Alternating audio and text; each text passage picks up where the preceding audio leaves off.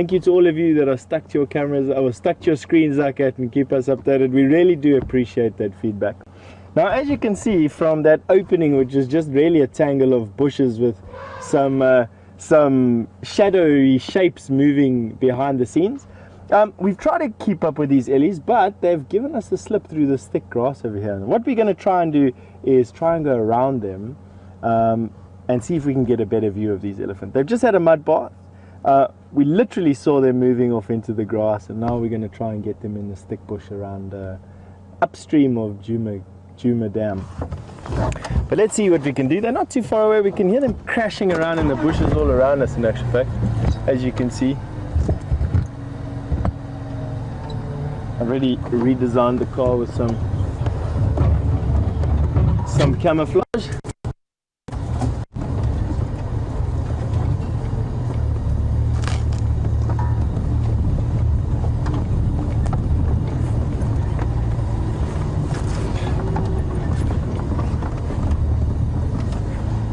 Well, that wing mirrors I have to use.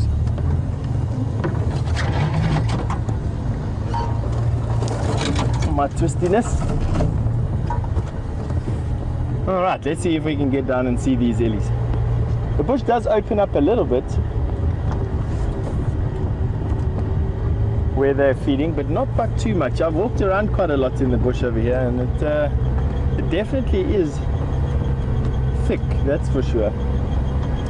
But that noise that you're hearing in the background there is coming from my engine bay. It's just the old girl over here with a bit of a squeak. She's got a few miles on her. She's allowed to have a squeak, and it stops from time to time, as you can see there. You just got to treat her nice, and then it stops. I'm sure we all can appreciate that. Got some nyala running away. It's a herd of female or ewe nyala. See if we can go down here. I am absolutely amazed at how open the bush is here close to the dam. There really is not much at all in terms of vegetation.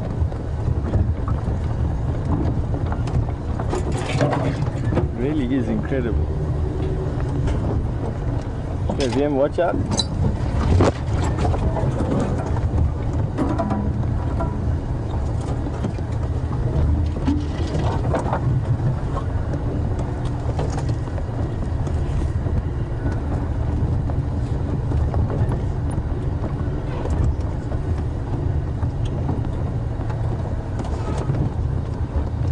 Got an elephant chasing a bushbuck, or a young nyala ram, sorry.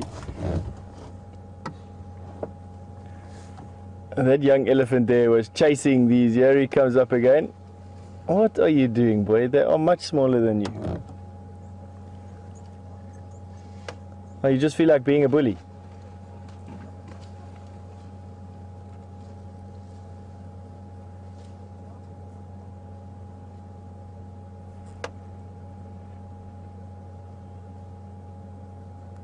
Look at this elephant over my head, is scratching herself on the tree over here.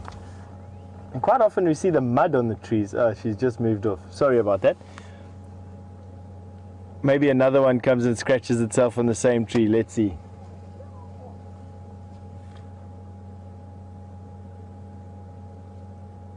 Now, quite often we see mud on trees. I'll actually show you something now. But it's not rare, but I mean, we don't really capture it often, elephants giving themselves a good scratch on a tree and leaving behind some mud. Usually just the telltale signs.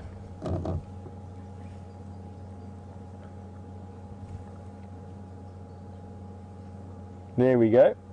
There's some mud on a tree that you can see over there.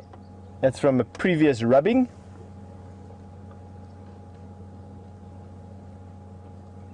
It's quite hot this afternoon. It's 28 degrees centigrade, or around about 81 degrees Fahrenheit.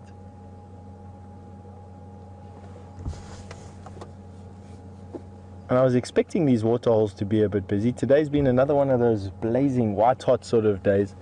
Been a fantastic afternoon.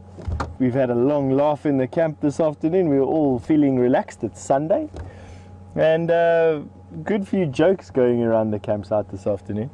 It's been quite light-hearted and quite nice. With Emmanuel outdoing himself for lunch again, which is all good, keeping us well fed. Let's see what this elephant is doing. Also out onto the pathway that they've all taken. Slowly feeding here. They have broken up or splintered into a few different groups. Let's see what this. You see, she stops for a scratch. No.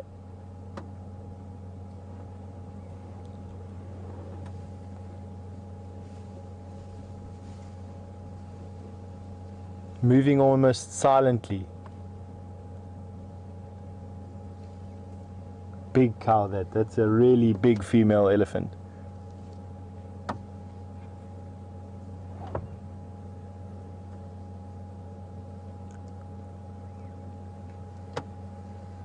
Long straight tusks.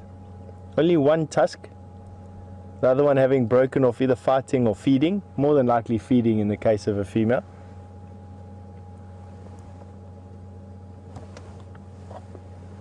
And there they move off. Let's just turn this car around.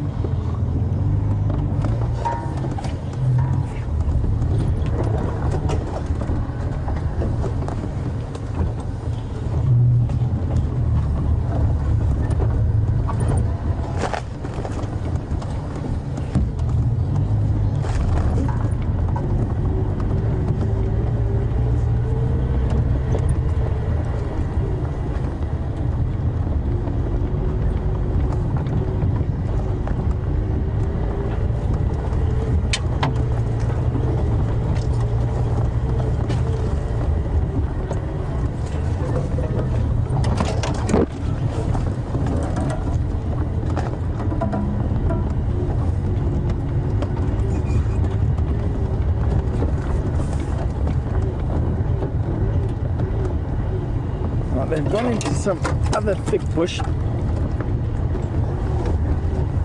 which is going to make seeing them a little bit more of a challenge. But we're going to give it a bash nonetheless. Our plan for this afternoon was to go and have a follow-up on where we left those tracks. Myself and VM tracked that leopard for another half an hour or so after leaving you this morning. And he carried on going straight up at that fire break, not too far from the crossroads where we did leave him, or where we did miss the tracks.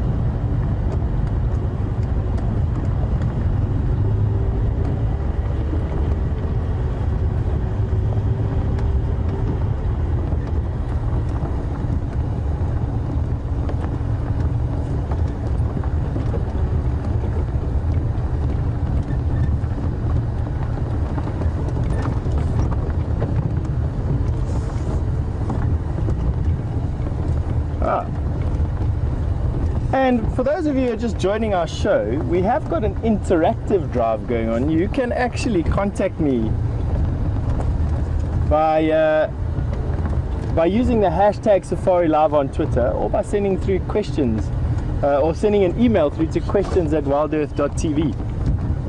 And what we'll do is we'll try our best to try and answer them. And something that has happened in the meantime is we have got Peter Pretorius has sent a big hello out to everybody. And I just want to say hello, Peter. How are you doing? And good to hear from you. And Peter has asked, since I was trying to reverse making a mention of those bushes and not having side mirrors, do objects appear closer or further away? Obviously, on screen, objects always appear a bit further away than what they actually are. Let's just wait here for these ellies. I think they're going to be coming past us.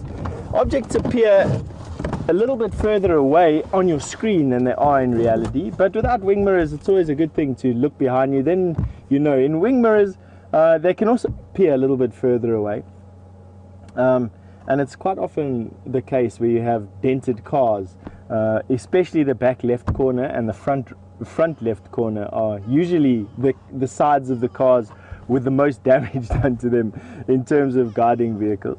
So perception, I suppose, that's exactly what it is. Now, talking about perception, I seem to have parked right in the way of these elephants. Let's see if we can get a view. We've got one of them scratching itself on a tree over there.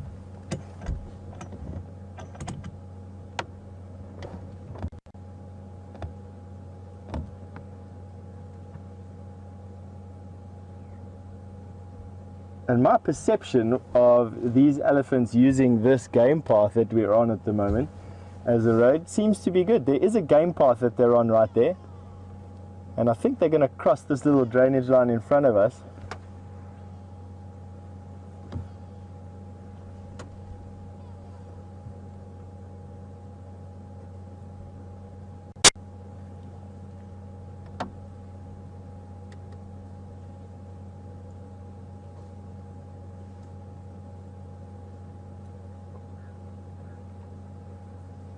The lead elephant just having a smell around there. Let's see what's going on. I'm not quite sure what they're busy doing or what she's busy doing.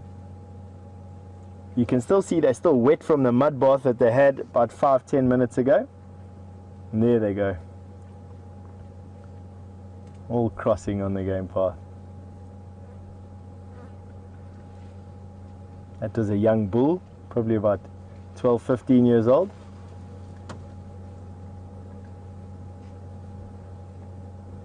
Here's one. Don't know what they're doing with that back leg.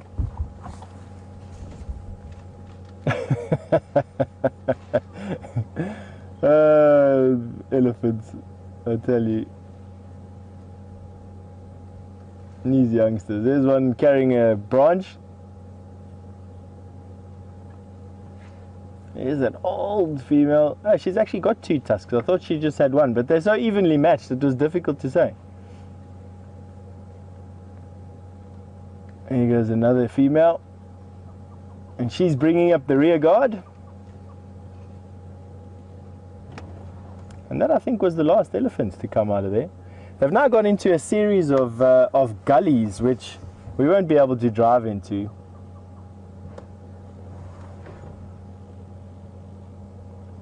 It's pretty inaccessible inside there for vehicles, even vehicles as nimble as these ones. So I think what we're going to do is we're going to carry on with the game drive. We're going to carry on and see if we can get into the area where we last left those leopard tracks, just so that we can we have some light left with to track. And please hold thumbs. You know, I think I was saying this morning that I have this sort of knack for not finding leopard, and it's going to hold true if you don't change my luck for me.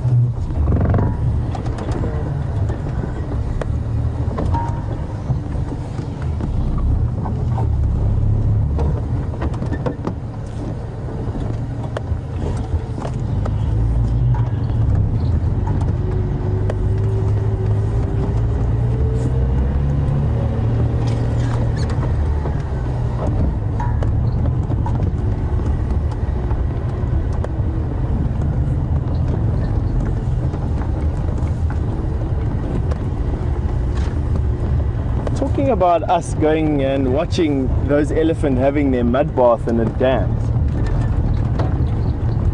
and seeing other animals that inhabit the dams. Carol in Atlanta has asked, would it be feasible for an elephant to hurt a crocodile lurking in some water to hurt an elephant? And Carol, I don't know, I've seen the most remarkable pictures of young Nyala.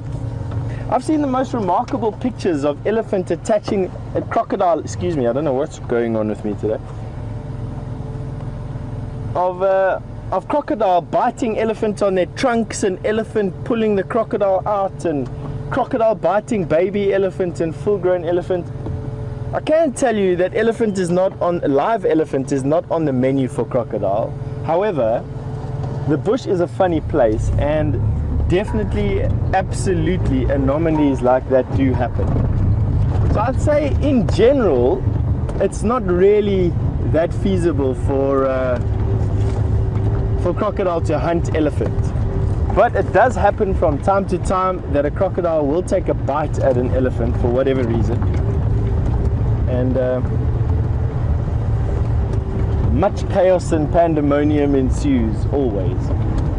Elephants are incredibly protective over, in particular, their babies, and secondly, for the rest of their herd mates.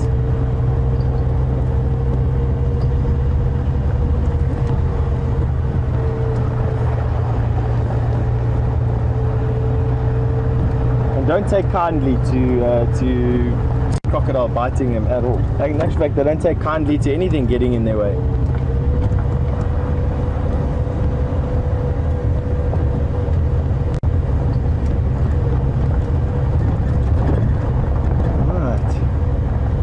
Very close to where we saw those Birmingham boys this morning.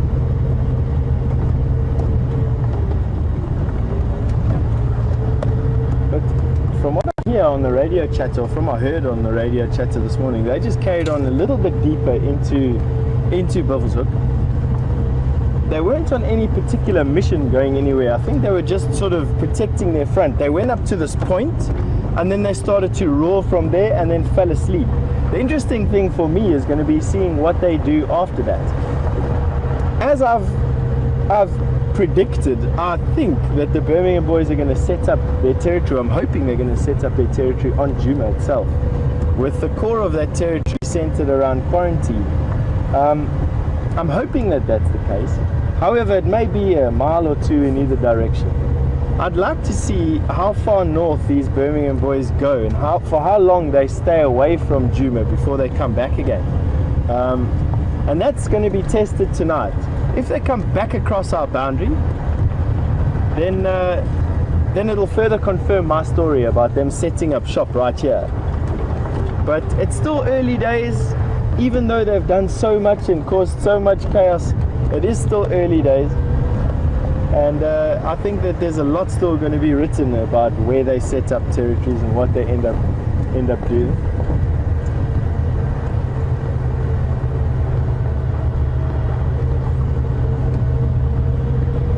All right. Now, I think Jamie would love to say hello to you all. I'm sure she's dying to give you an update on what she's been up to. And without further ado, we're going to be sending you through to Jamie. And myself and VM are going to shoot up to where we last saw those leopard tracks, and stay tuned. I'm sure we're going to have an update for you soon.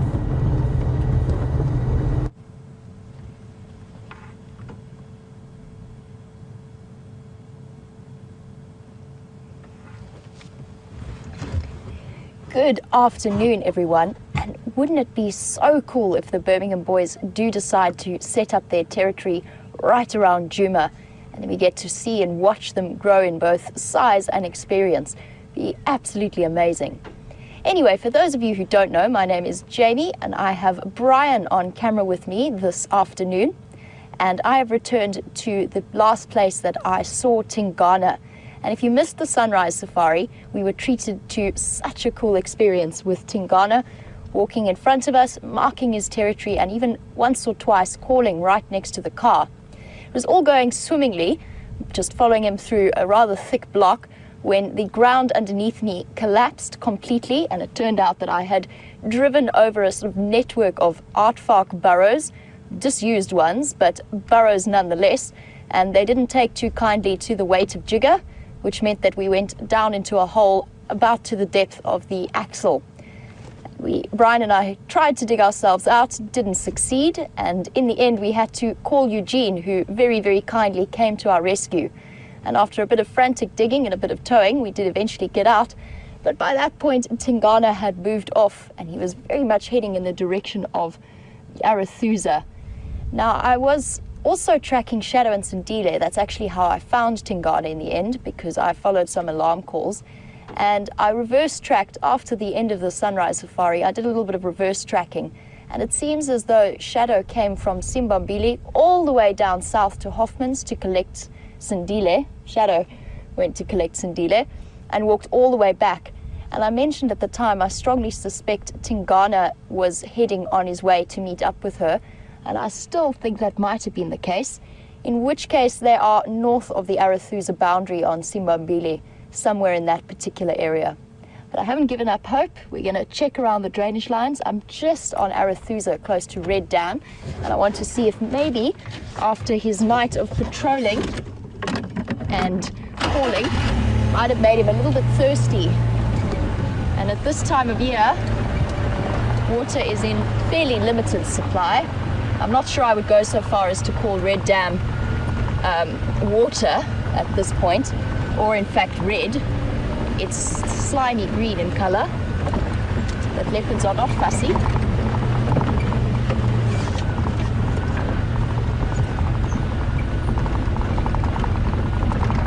And I just thought it would be worth checking out on the side. I wasn't able to find where his tracks came out of the block that we left him in. I did search very hard, but there'd been a lot of vehicle traffic on that road, so I might have missed something, especially on harder, rocky ground. Well, I did do a walk just to see if he'd come through, and I checked all of the shade spots because it is blistering hot at the moment.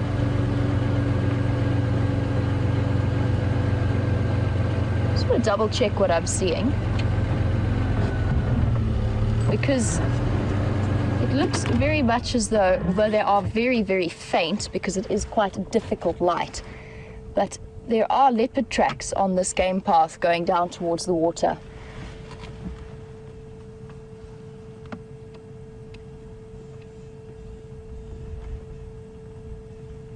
Here we go. Those delicate little feet. Now that was a surprise, but I'm almost certain that's him. They look to be about the right size. He does have very large feet. He is a large boy. And they're going straight towards the water. So you never know. We might just get lucky. It looks as though we stumbled upon the tracks that I was looking for.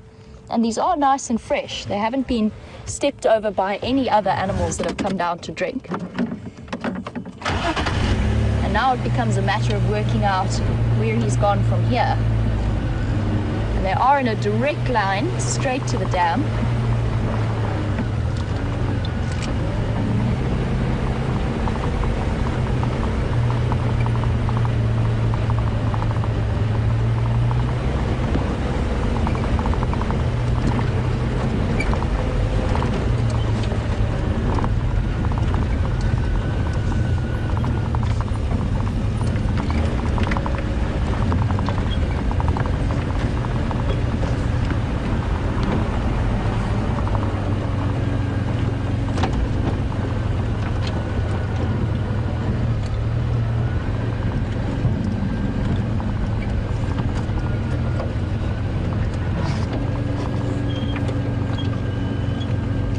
Can see what I mean about Red Dam not being particularly red or particularly watery.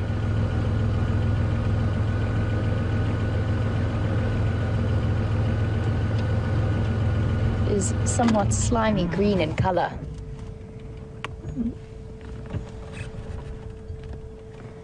So what I want to do now is do a bit of a loop down towards the dam.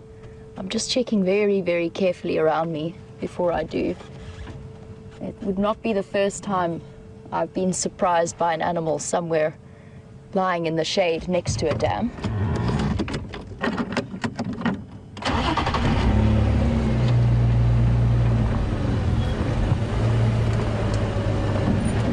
see if we can work out where he went from here.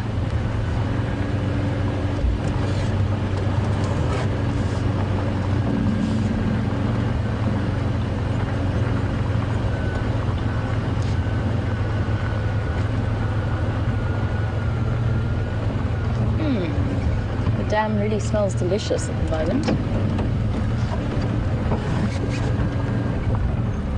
This is where it gets a little bit tricky because a lot of animals have been coming down to drink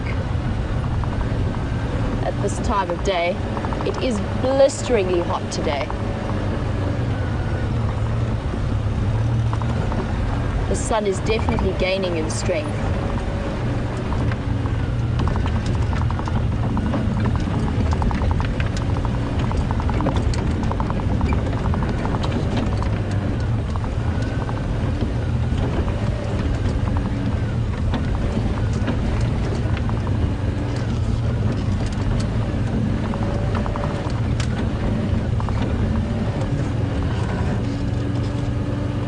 If my calculations are correct, this game path here would be where he would have popped out, and he would be somewhere in here, and he was almost certainly coming for a drink. I just want to double check. I'm just going to hop out of the car for 2 seconds and just see if I can see his tracks coming down this path.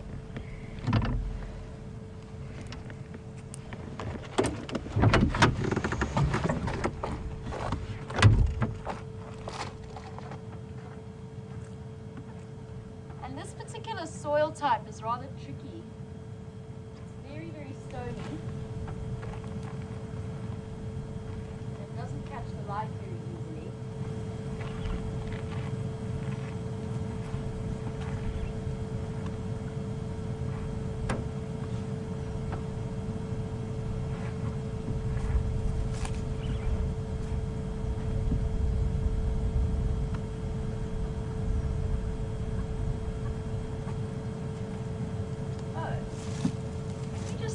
Double check something with binoculars.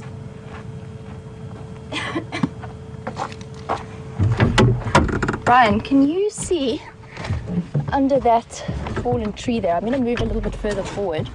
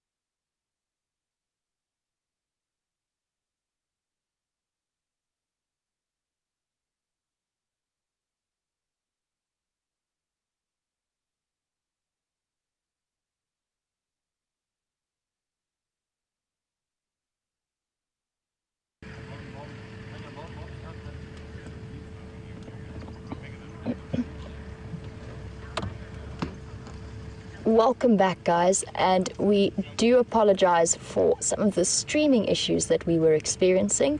And as you can see, we do still have Sindile here, just tucked away under the knobthorn tree. And there are other people approaching, so I am going to have to shift slightly just so that we can get a visual and just have a look at him. He's very, very much tucked away, and there are other vehicles who are making their way in now.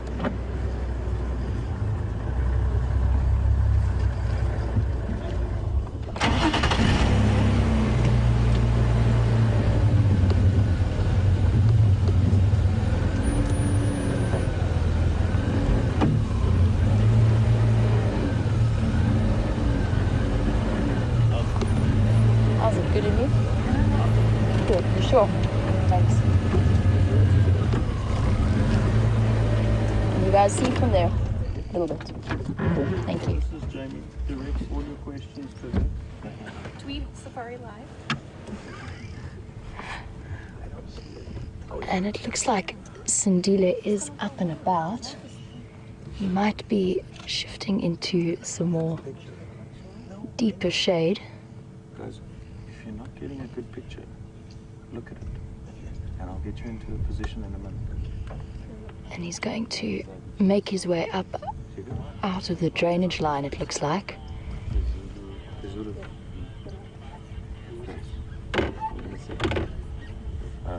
Guys, let me just get us into a different position here.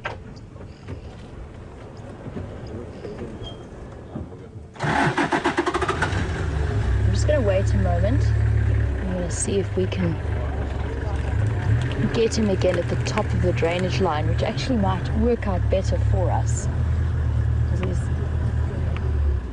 he might have a clearer visual from up there. I'm just waiting for one of the vehicles to move out so that we can reposition ourselves.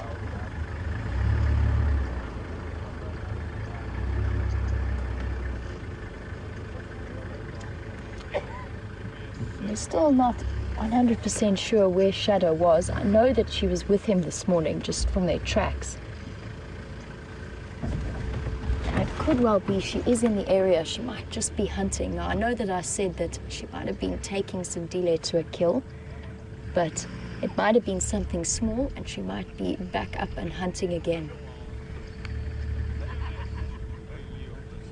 I'm just going to see if we can reposition. I'm not sure if he's now lying down on that wall or not. It's quite hard to see. But I don't think so. I think he is moving. So let's loop around and see if we can get another visual.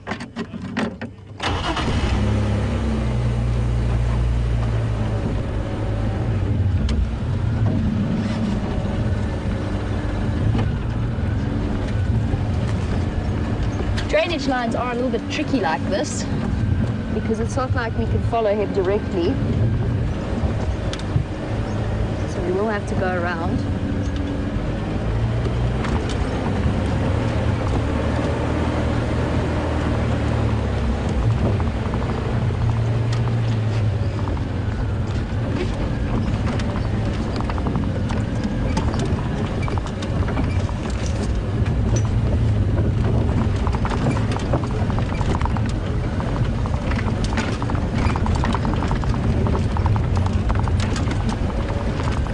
What I'm going to do is I'm going to follow the advice that the tracker is giving one of the other guides. You can guarantee that those are the sort of people who know exactly where all of the secret roads are and where the drainage lines come out.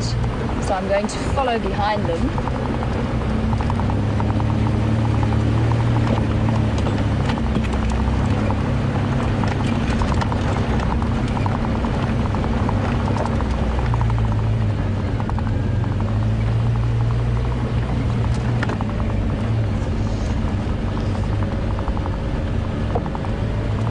And for those of you who might have missed what was happening due to streaming or other issues, Brian and I were back sort of in the area where I last saw Tingana heading.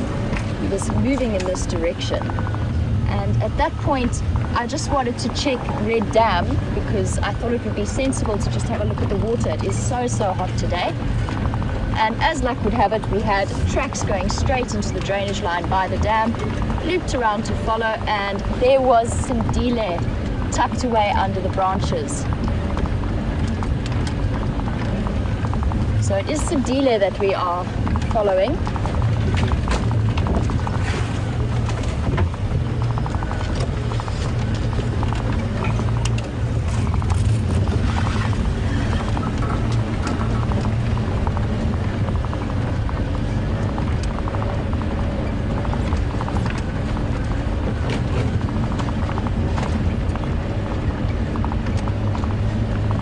Visual of him again.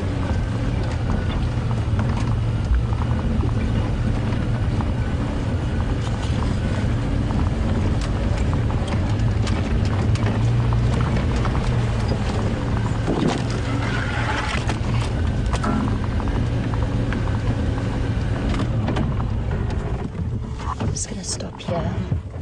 I think he's going to move across right in front of us, so we're just going to stop here for the moment.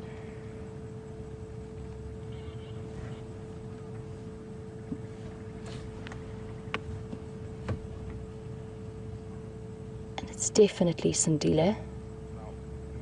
There was a little bit of doubt because we couldn't see him too clearly, but he is up and about.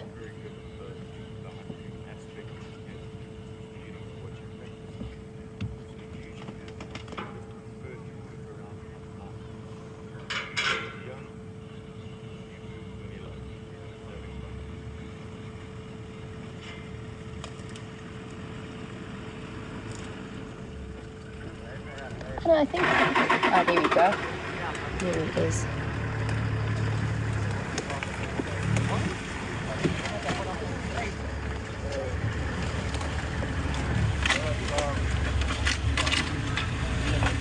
And we're just going to hang back for a moment. I think that 3 vehicles moving behind him might be a little bit much. So we're just going to hang here for the moment.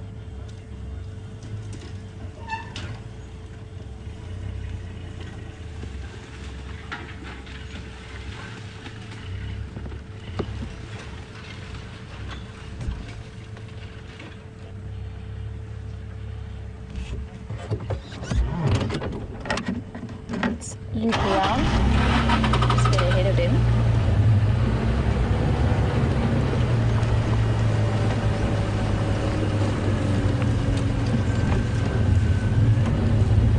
And it could be that he's moving towards Mom now. Just wait and see.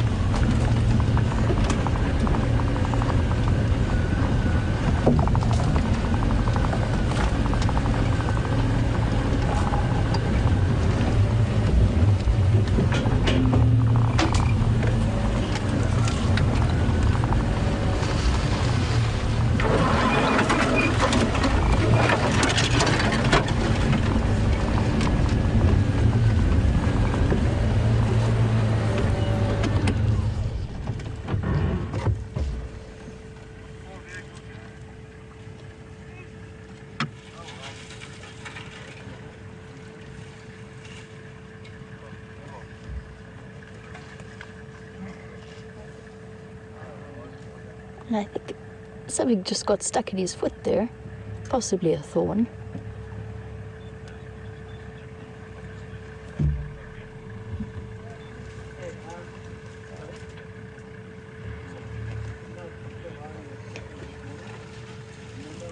And I know that this morning there was some concern about the fact that Tingana might be looking for Shadow and Sindile. And we do fairly strongly suspect that there is a possibility that Tingana is this little cub's father. So he's still at an age where he would be tolerated. I know that Shadow and Sindile have been seen feeding off a kill with Tingana.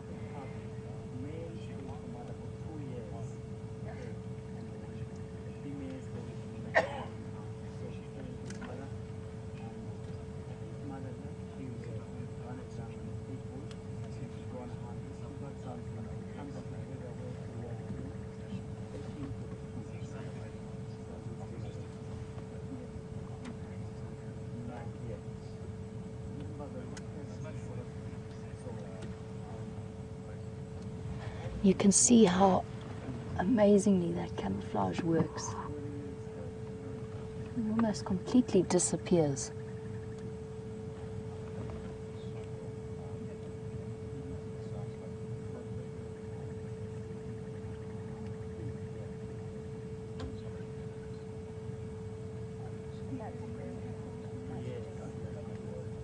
And this is going to sound really odd, but I'm really keen for him to defecate so that we can collect a sample as part of the Panthera project and get a little bit more of an idea as to paternity of all of these leopards in the area.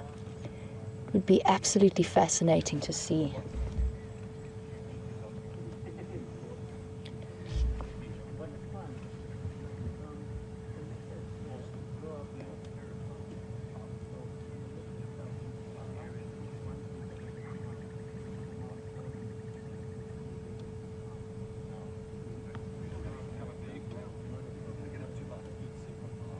I know that the visual isn't fantastic. I will make sure that we reposition in a moment.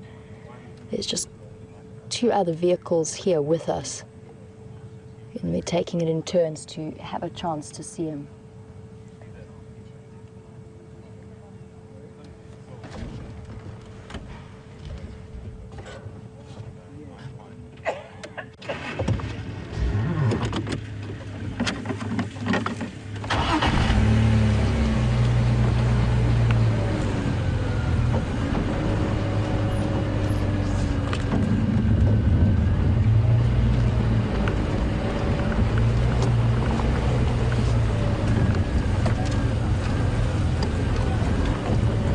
How are you?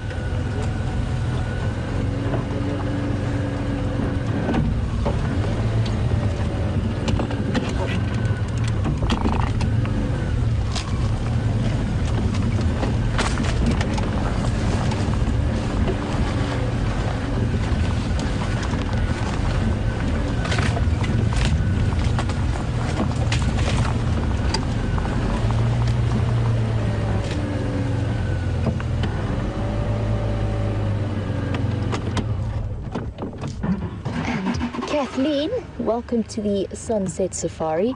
You've made a comment that he looks almost full grown now, and he is looking much bigger. I can't believe the difference from when I started working here to how he looks now. That little cub look is definitely gone. You remarked he looks like a full-grown leopard. He's bigger than Shadow now, so he's doing very well. She's done an excellent job of looking after him and feeding him, and it's good. The faster he grows, the better his chances of survival over the next few months, and these will be some of the hardest few months. Just going to wait for a moment.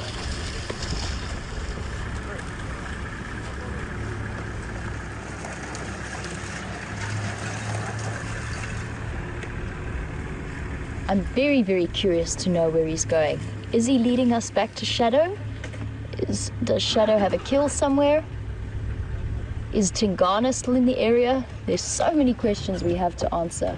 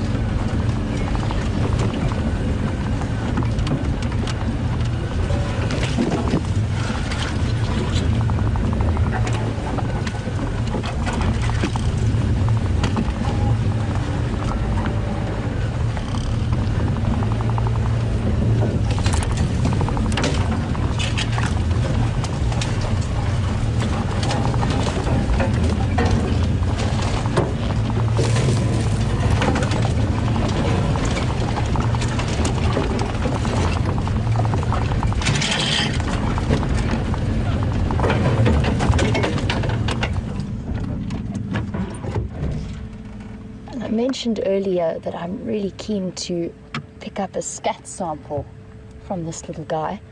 And Raisa, you were wondering what samples we've picked up already. And personally, I've only gathered some from shadow, and I think James has had the same experience.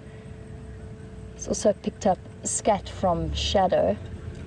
As far as I know, I'm not sure, Brian, if you've been with any other scat collecting missions, but those are the only ones that I know of.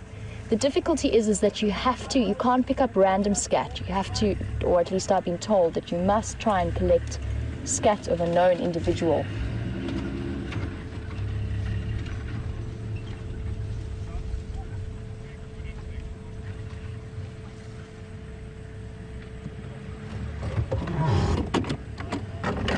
Reposition now, loop around him. Poor Brian, he cleaned this car so beautifully after our trip in the sandpit, so to speak. And I've just put a load of fresh twigs and sticks in it. I'm sorry, Brian.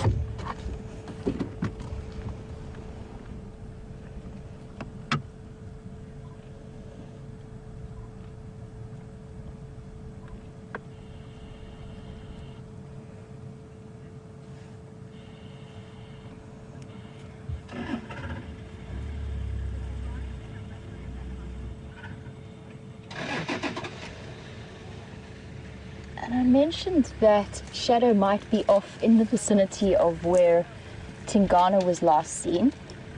And Claire was wondering, with her absences of a few days, is there any way that she would have mated with Tingana yet? And as far as I know, it is still too early for her to be mating again after she's been raising Sindile.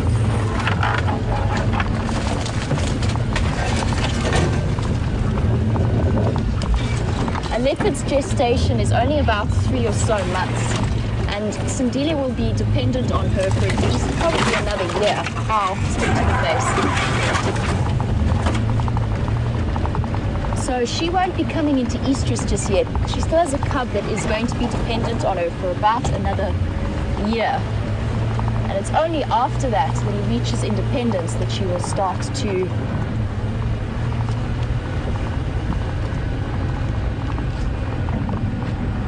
mate again and search for a mate. I'm just going to stop here.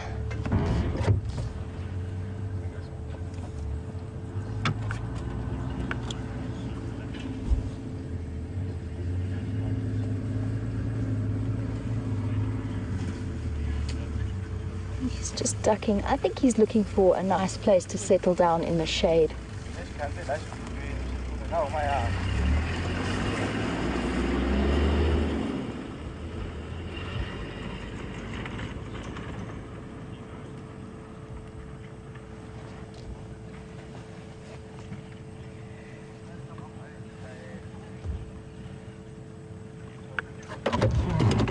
I think let's loop around.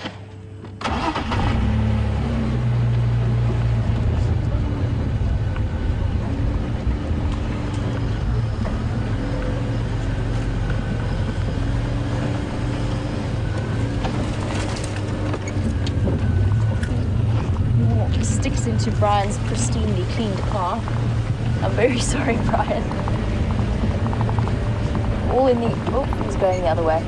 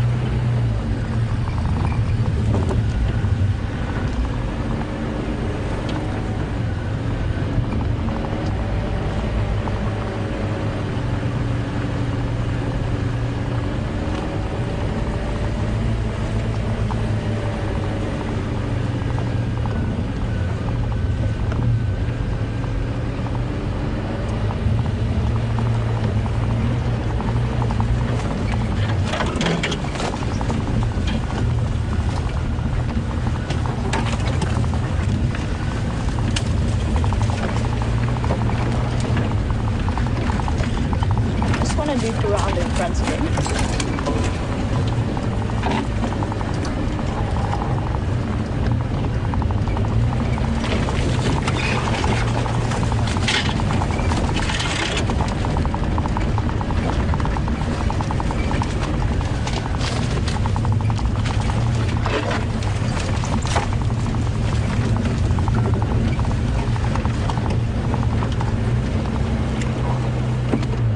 Going to stand by here. He's going to come out to us, I hope.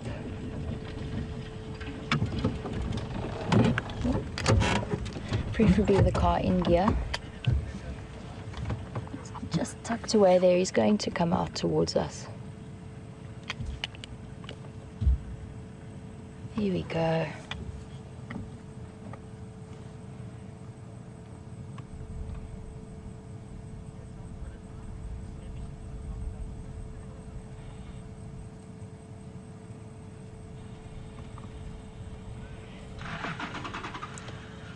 You'll notice when I spoke about collecting his poo, I used the word scat. And Robin was wondering if I use the terms dung and scat in different contexts. And yes, there's a very different meaning. Predators create scat, and herbivores, and things like elephants and zebra, impala, they produce dung. And then for omnivores, like primates and people, we produce feces.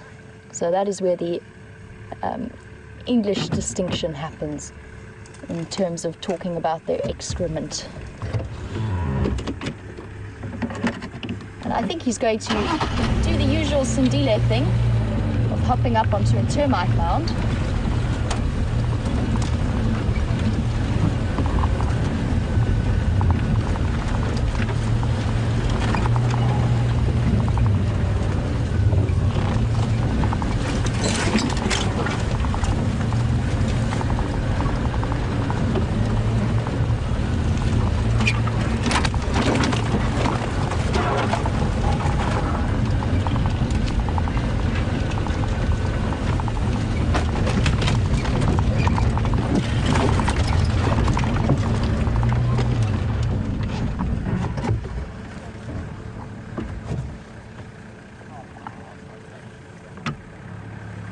And he's just exploring his new world. There's definitely a trend towards him getting a lot braver in this area.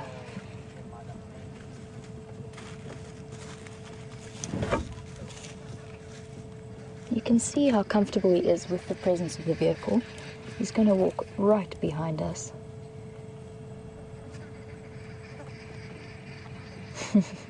He's going to stop right behind us, exactly where the camera can't get to him. No, he's still going.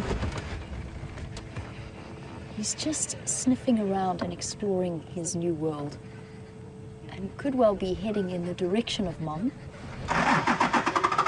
Just noticed a network of burrows, which I'm going to make a really important point of avoiding as we follow him a little bit further. Moving off, not quite in the direction I was expecting him to, but we will stay with him and see where he ends up. He's definitely showing a more independent streak at the moment. The last time I saw Sindile, he was doing exactly this, and out and about on his own, exploring around and just having a look at the different places. He might even be looking for the best sort of termite mound to settle down on. He's definitely spied one.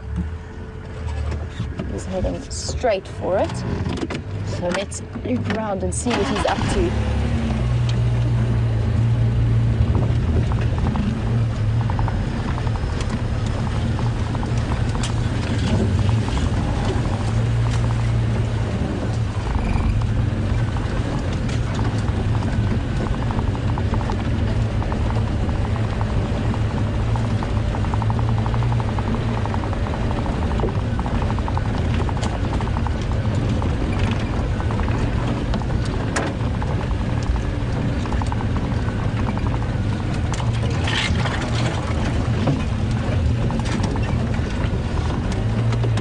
To stop here just so that I can double check the direction he's walking in, so that I don't get caught out in terms of where he's going. Leopards can be so very unpredictable.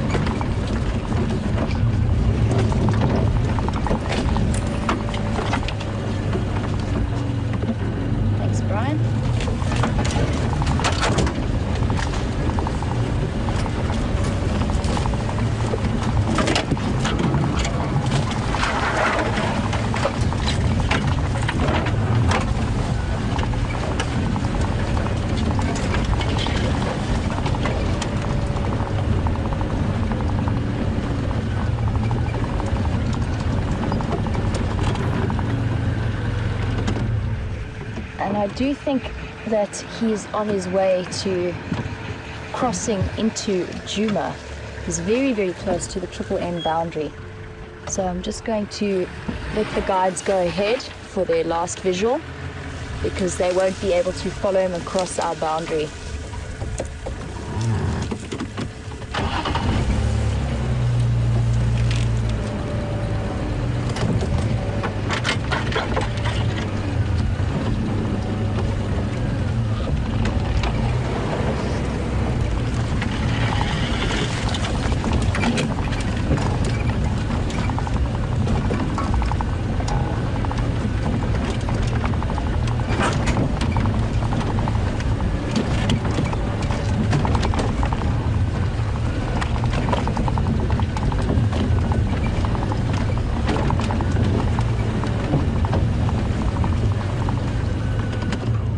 And things are going to get a little bit tricky from here on. There are other guides who want to come in, and since he is about to cross into our side of the reserve, for now we're going to say goodbye to Sindile and do a little bit of a cameo link across to Steph, who has a zebra, and I'm going to stay with him as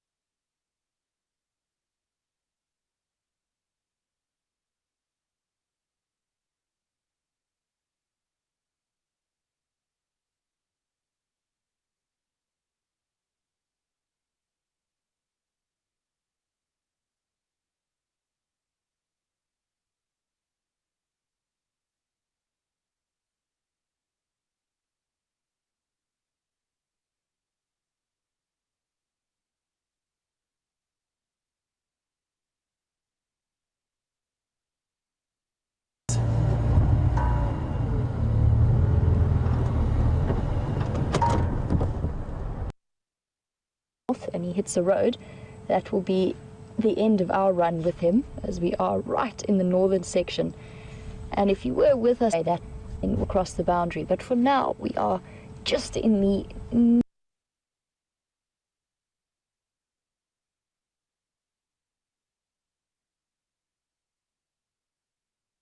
rather sudden realization that if he continues to go north and he hits a road, that will be the end of our run with him, as we are right in the northern section. And if you were with us, that across the boundary, but for now we are just in the northeastern corner of Arethusa, and I still want to stay with him just to see where he heads off to.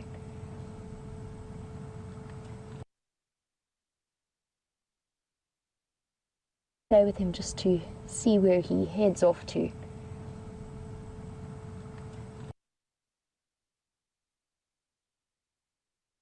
Stay with him just to see where he heads off to.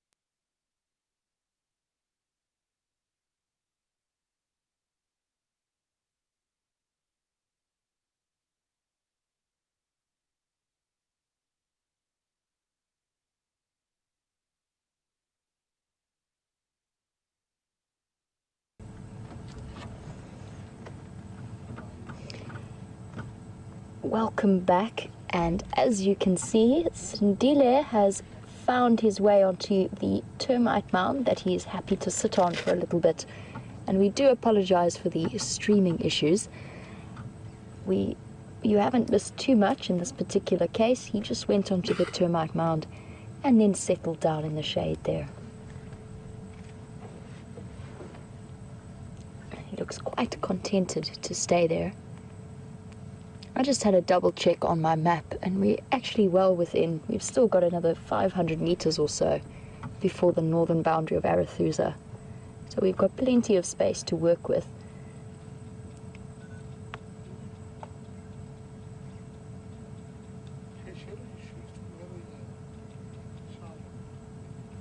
I'm still wondering where Shadow might be.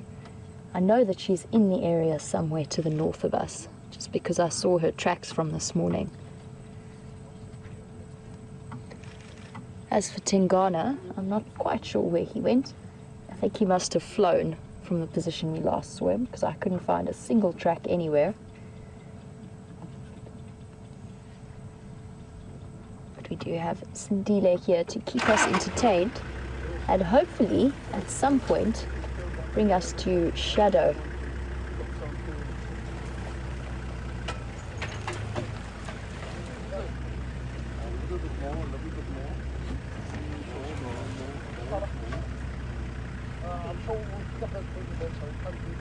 There are other people here also enjoying the sighting, and how lucky are we all to have this leopard cub right here on the termite mound.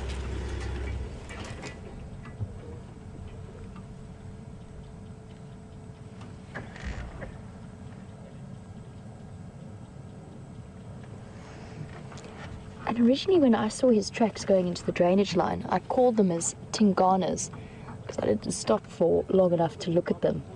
But it actually just goes to show how absolutely enormous he has got. His feet are so, so big. This morning on the sunset safari, we had a really nice comparison where he'd stepped basically over or next to Shadow's tracks. And his front foot is essentially double the size of Shadow's back foot. And a huge, huge size difference.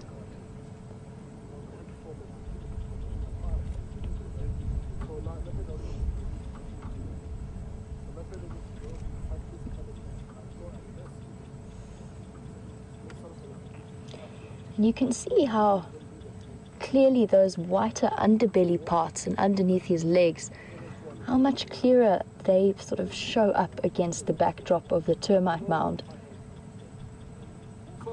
And I'm sure that's, apart from getting low, it's half the reason that leopards drop right down to their stomachs when they're stalking something.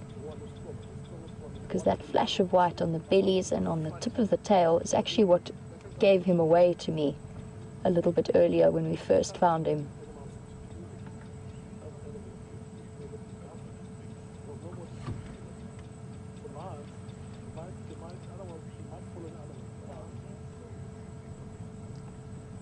He definitely didn't look too hungry when he was walking past here, or walking towards here anyway. And looking at him now, he does seem to have a fairly full belly. And I think that our assessment of the goings-on of last night and early this morning from the tracks might be correct. It just might have been that Shadow had a fairly tiny kill that they finished off pretty quickly. Then he moved towards Red Dam for some water.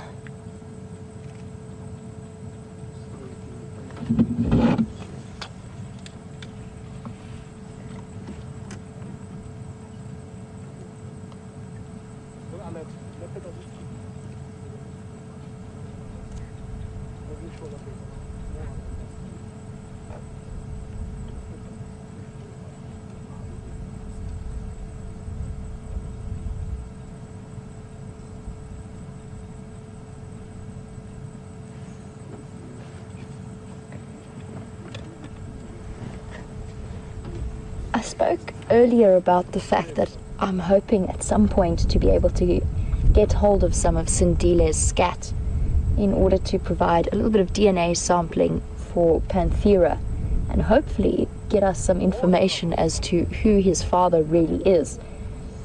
And Dennis wanted to know if we provide any other further information to Panthera in terms of what prey species the leopards are targeting and things like that.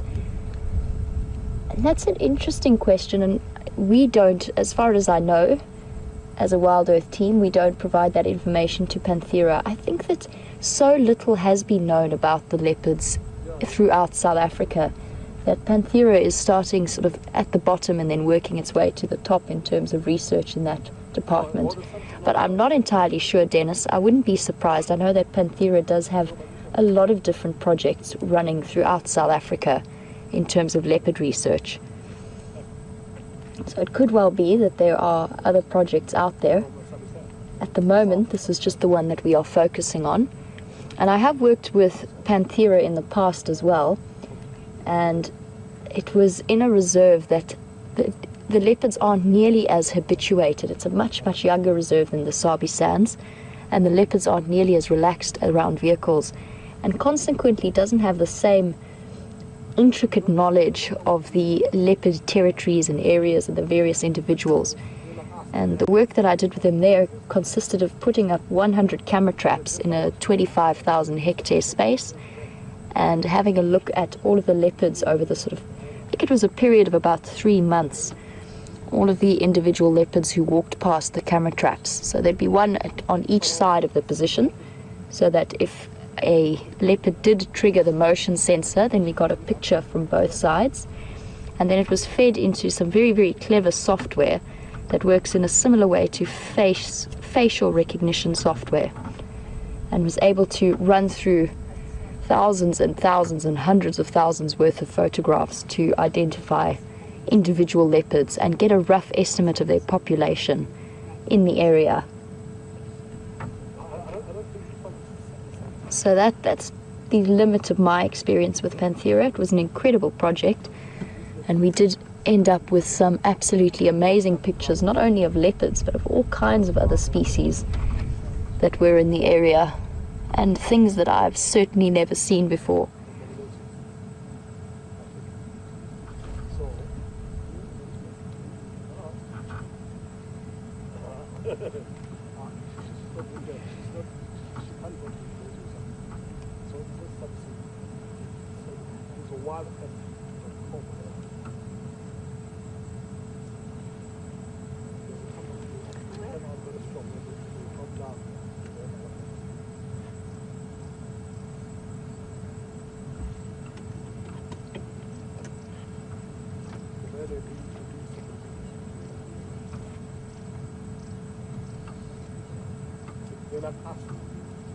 And there isn't a day that goes by that I don't wish there was a way that I could spend a day, just a day, in the mind of an animal like Sindile and all of the other various characters that we have grown to know and love, and just work out and know exactly what it is that makes them decide to do some of the things that we do, that they do.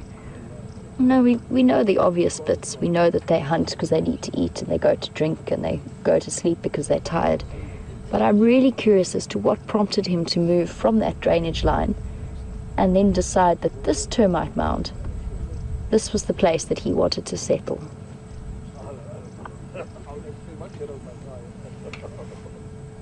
It's something that's always fascinated me, and something that we won't necessarily ever know the answer to.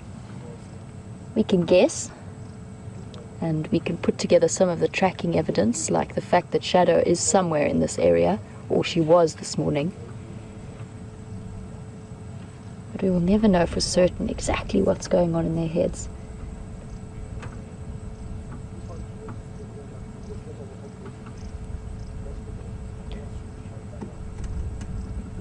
And it is one of the things that I love so much about this place, is because of that, we never know what we're going to see or what we're going to encounter on any given day, at any given moment.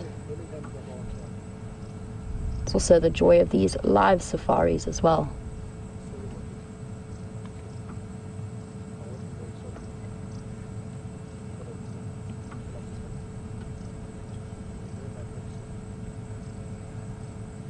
If you guys do have any questions for us, or any comments that you'd like to make, you can do so at #SafariLive on Twitter, or you can email through to questions@wildearth.tv.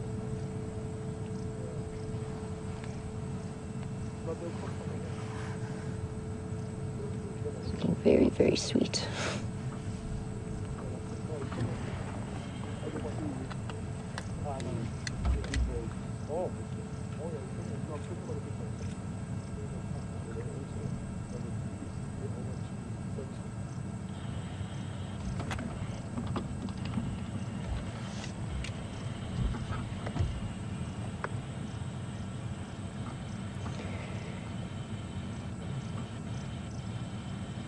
And we're looking at him now, and he does look much, much bigger than his mother at this point. It's incredible to see how much he's grown. And Jean, welcome to the Sunset Safari. You were wondering if I know what month he was born in. And according to your records, it was November 2014, but he's looking fairly enormous. And that would put him at 9 months of age. And as far as I know, he is older than that, so that would have put his birth month a little bit earlier than that. When I first arrived here, I was told that he was just under a year old, and I arrived in the middle of July, basically. It's now the middle of August, which would put him just over a year old in age. And that is what some of the viewers shared with me, as well as the other presenters. And that would put his birth month at around sometime in the beginning of August, end of July, beginning of August. And leopards do grow incredibly fast, and it's important that they do as part of their developmental process.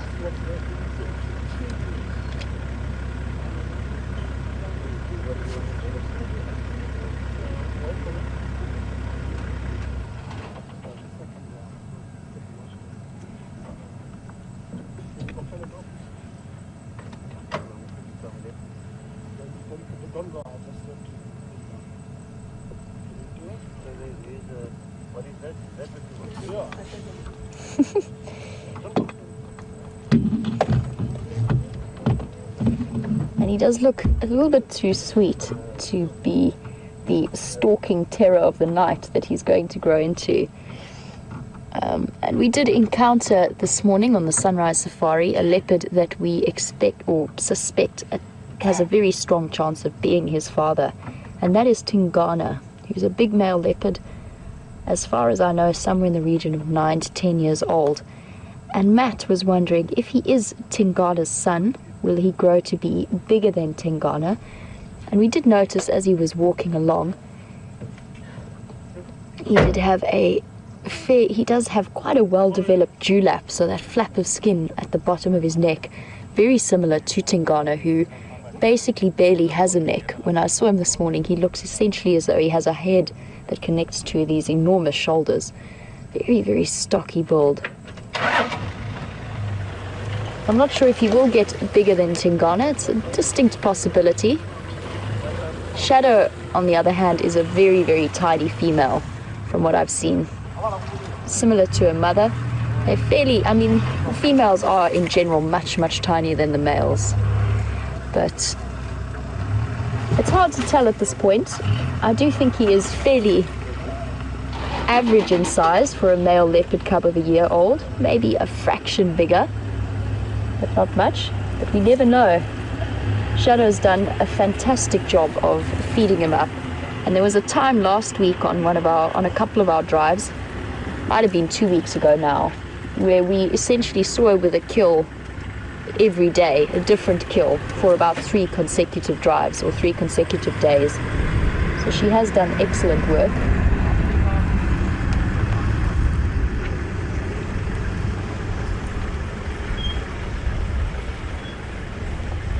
And the next few months in his life will be critical.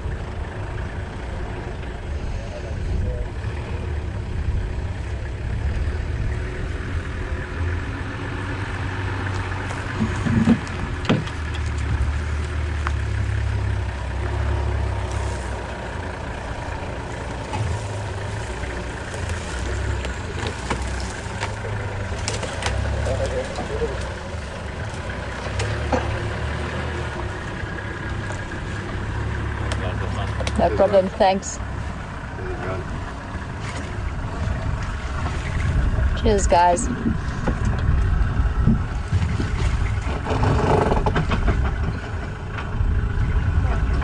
Just saying goodbye to some of the other people who were here at the sighting with us.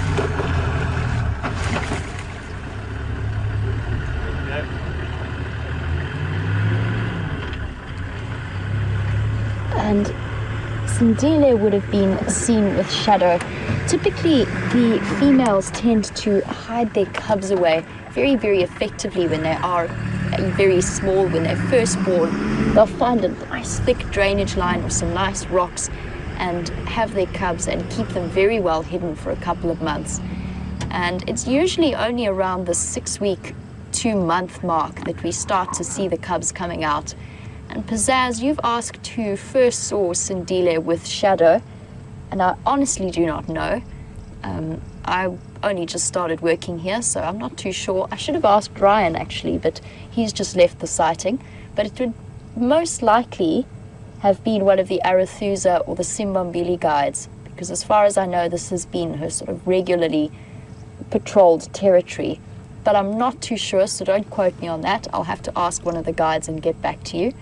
But it would have been probably, if we have to be really pedantic about who saw them first, you can almost guarantee it was one of the trackers working for the lodges.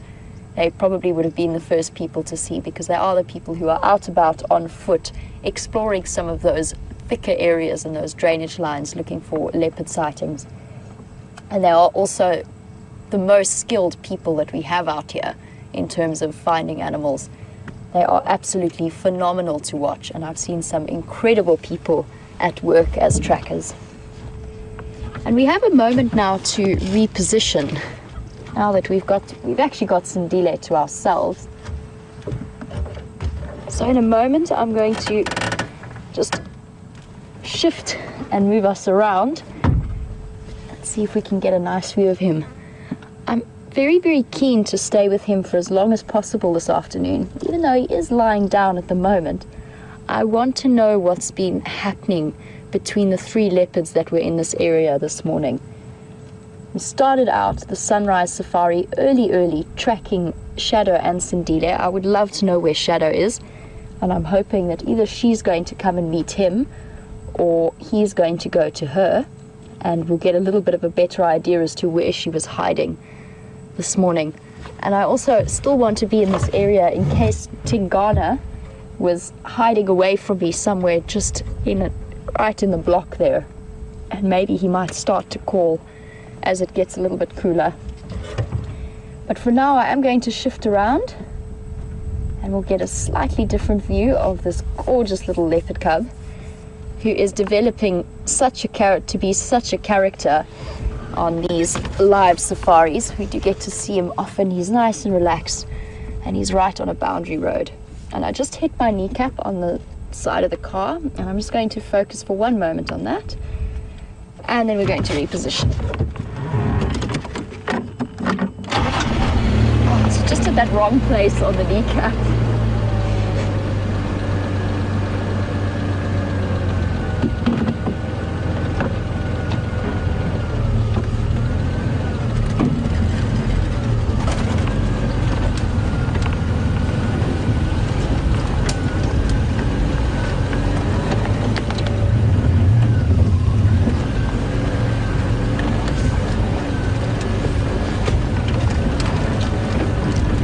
And as always, the WildEarth viewers have come through in terms of information about these wonderful animals that we get to see every day. And Ellen tells us that Sindile was born in August 2014, which does fit very, very well in terms of our understanding of his age.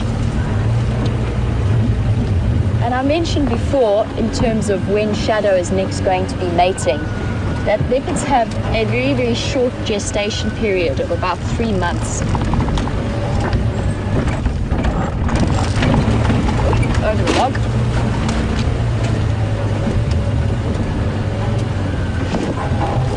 And Charlie, you wanted to know why it is so short for leopards as opposed to other animals. How's that, Brian? Is that okay?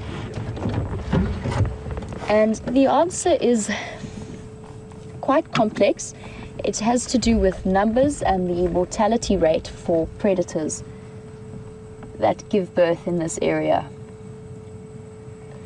So the predator's strategy, and this applies for leopards, I'm talking mainly leopards, lions and cheetahs, so the big cats of this area. They invest in producing multiple young, if they can, and they tend to be very, very underdeveloped. So what's known as altricial. So they are very dependent on mom. They're born with their senses quite underdeveloped, often not able to walk. They sort of squirm around, their eyes are still closed, their ears are still closed. And I think it's an adaptation to the way that predators operate in terms of having quite high metabolic rates. They need to actually function. They need to be hunting and not weighed down by a pregnancy for too long. So you can imagine if a female leopard gave birth to a more developed set of cubs, and she was pregnant for, let's say, 6 months or 8 months or 9 months, carrying more developed young, it would be a huge weight and a very difficult way for her to operate in terms of hunting. She'd be incredibly weighed down.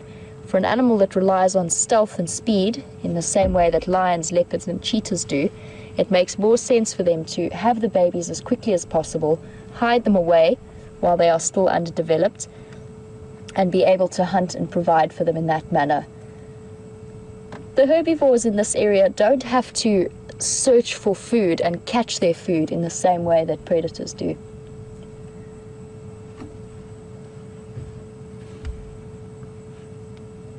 I do have a question on gestation periods that I was asked, and I still don't fully have an answer for. And that is why hippos have that short 8-month gestation period, when if you compare them to animals of a similar weight, so let's say big giraffes, big rhino and elephant, their gestation period tends to be almost double that. And I was asked why that is, and why the hippos is so much shorter, and I'm still not entirely sure.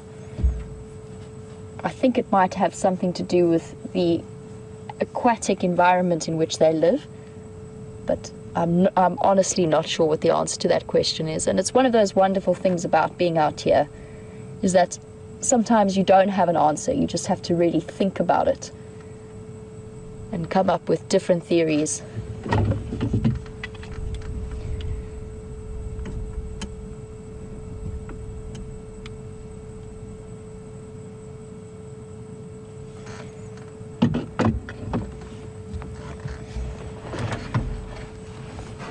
It really doesn't look like Sindile is going to be doing anything for the next few moments.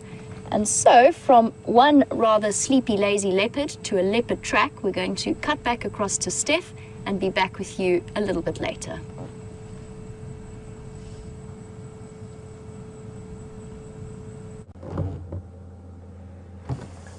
Well, we can't show you a leopard. That's what we can't do. Myself and Viam have decided that that's exactly what we're going to not do, and it seems it seems that we're going to stick to that story. Is that if we don't look for leopard, they'll find us. We're going to try that that philosophy. But what I can show you is the track of the leopard that we've been following. Let me get out the car and come and show you. We have been following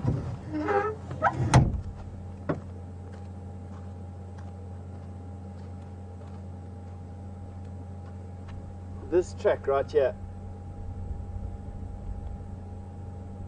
This is the track of a female leopard. 1, 2, 3, 4 toes, and the back of the pad right here. And I know that it's, well, let's first see if it's the back left or the back right pad. What you do is you take your fingers and you put them in the tracks and you see which one fits best. And as you can see, that fits best.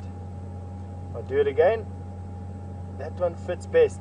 So this is the back right foot of a female leopard. And how do I know it's a female leopard?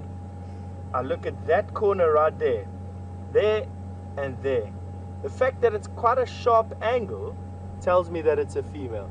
So the size, the shape, and then left and right tells me that this is the back right foot of a female leopard. And why is it important that we know which foot is which? It's because every leopard has a foot very similar to our hand, and the best trackers can actually decide what leopard this is just judging from the track. I'm not good enough to decide what leopard this is, but if I were to gather, I would say it's probably Karula. This is a full-grown adult female leopard, and it's a relatively fresh track, and it's in the middle of Karula's territory. So I was going to say that it's probably Karula. There'd be no other female here that has a track this size, unless it's a nomadic leopard, which is a possibility, but not really too much of a chance. Now, how do you judge whether it's fresh or not? And that's a good thing. On this particular track, you can't really do that. But what we can do is use other tracks as a gauge. This track here is the track of a Franklin, sorry, a Thickney, a Dickup that has walked here. This track was laid down last night.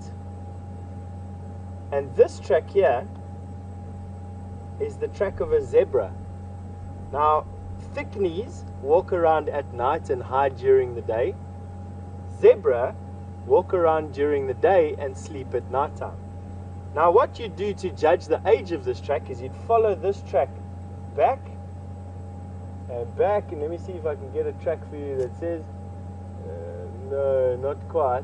You'd follow this track until you get to see where either the Dickup's track is on top or underneath the leopard track, or the zebra's track is on top or underneath the leopard track. If the leopard track was on top of the Dickup but underneath the zebra, you knew that it was early this morning. If the zebra was on top of the leopard, you know that it was while it was still dark. And if the leopard track was on top of both, you know that it was right now. So that's exactly how we judge age. A bit of a tracking 101 course, if I could do that, or if I could say that. But they're crossing out, and so makes it a little bit more difficult for us to judge what is what. Now, it is Sunday night, and I forgot to tell everyone that we will not be doing fireside chat tonight.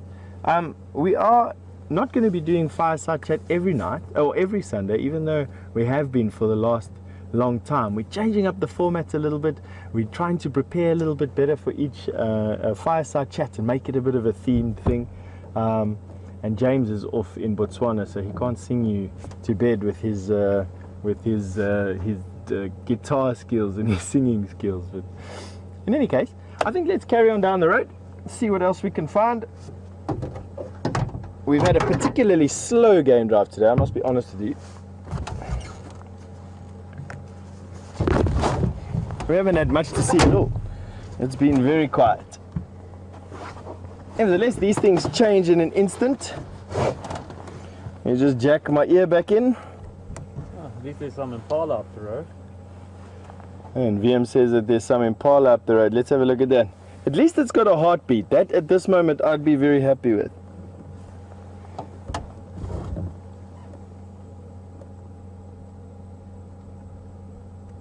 Somewhere along the line we made the safari spirits angry. They're punishing me for doing something wrong.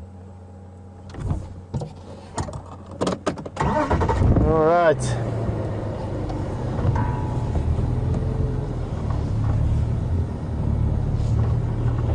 Let's carry on into the setting sun.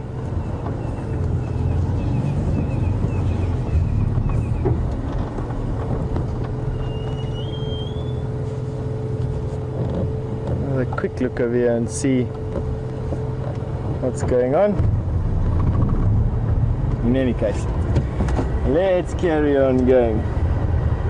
Now this morning very early, myself and VM, when we were driving into work, we bumped into a couple of lions around Stanley's Dam, and because it's exactly opposite to where we are now on the property, it's making an appealing place to go to. This is a decidedly dead part of the reserve today. dead in terms of animal activity.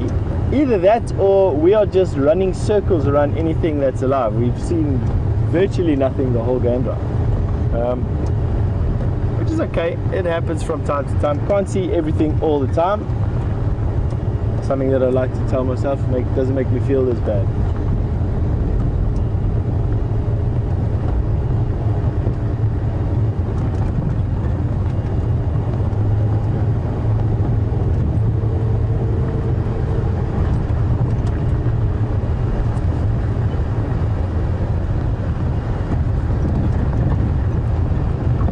What is amazing is this white sand that we're driving on, that you can see on the road in front of me.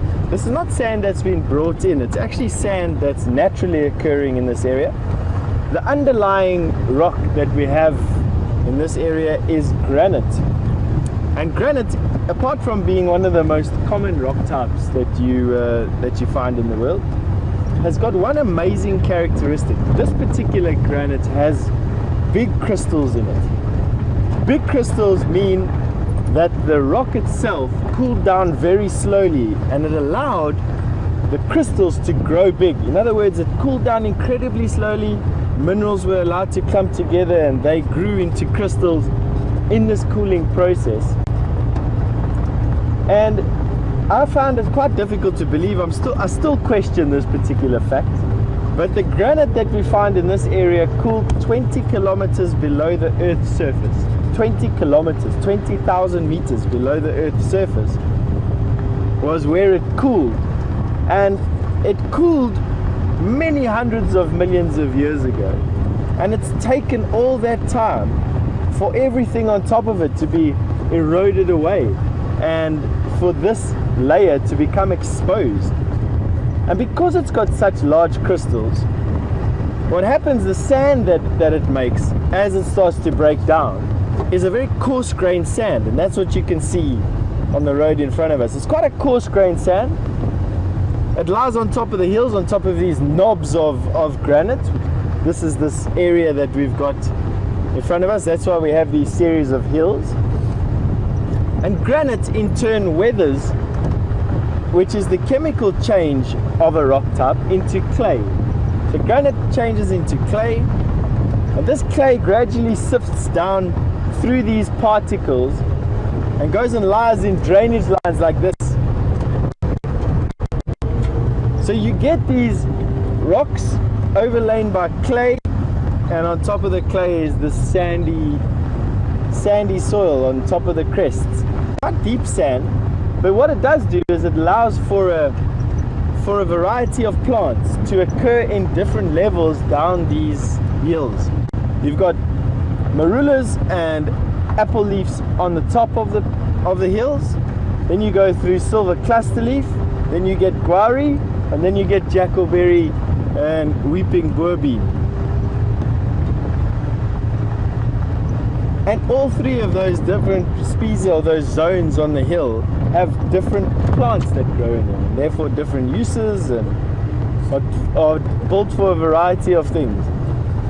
The old African people that built in this area, they for instance never built below a seep line. They never built their homes. There's a beautiful crested barbet in this light.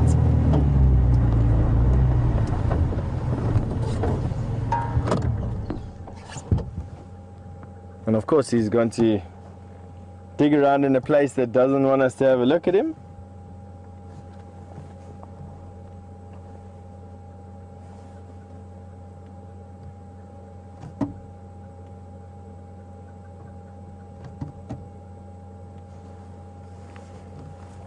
Crested barbet. Let's see if he can. There we go. There he comes out again. I always find these birds, they're fairly common birds, but they're one of the most fantastically colored birds that we have out here.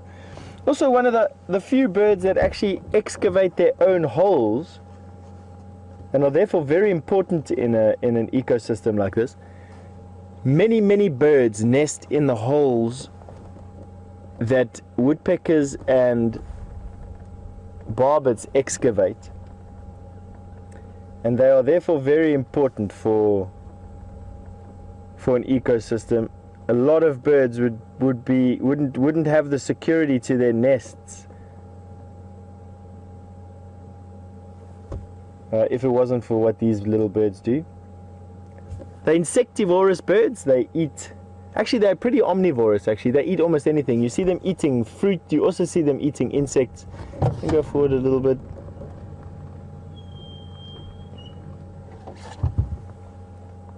Very robust bird. Very bold bird as well. One of the few birds that will venture into the open to feed. Those of you with bird baths at home, you'll notice that only certain species come to your bird bath if it's in the open. The second you put cover next to a bird bath, you get a whole bunch of other species that will come and bath in your bird baths. Cover is an absolute necessity for a lot of birds that come into a garden, both for feeding and for bird baths.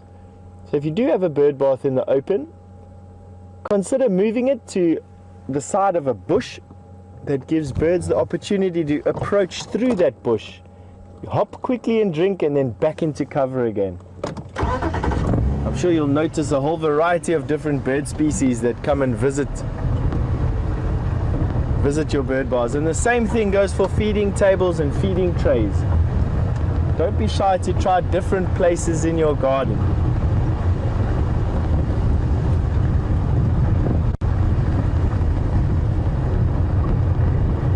So back to the old Shangaan method of building. The Shangaans would only build their houses on the crests of hills. And it's funny, if you ask a Shangaan why they only build their houses and kraals on the crests of hills, many of them will tell you different stories. I've heard many different stories, from flooding to keeping away from flies and mosquitoes in the valleys, to the fact that the marula trees are on the crests only, and the marula trees provide them with fruit at different times of the year, shade in the summer, sun in the winter. But it all comes down to the geology of the area, if you ask me. Just through years and years of experience building your house in an area that's well drained, away from flood lines, and provides you with large trees for shade, and in this particular case fruit as well, is just a bonus. Now we're going to go through a dip. The signal might get a little bit choppy as we go through the dip, but I'll try and do it as quickly as possible. And don't go anywhere, it'll be momentary. See, it's a new toy and I keep on forgetting to bring all the accoutrements that need to go with it, or the attachments that need to go with it, I think is the better word.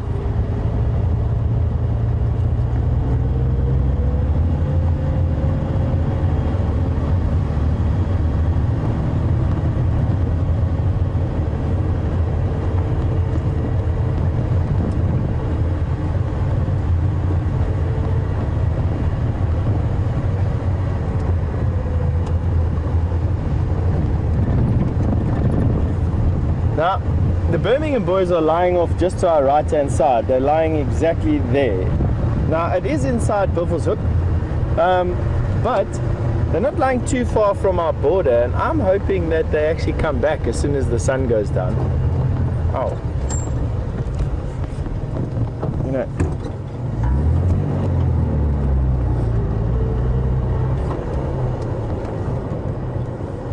I know I shouldn't be doing this because all it's going to do is make me sad and upset.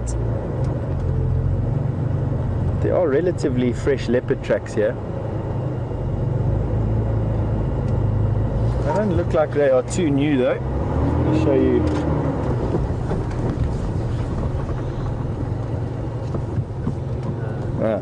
Sorry, camera angle a bit wrong.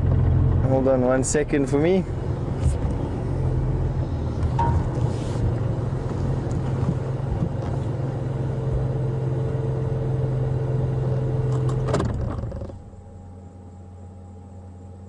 That's now a male leopard track. Nice big track, and you notice the back pad, how rounded the back pad is. Let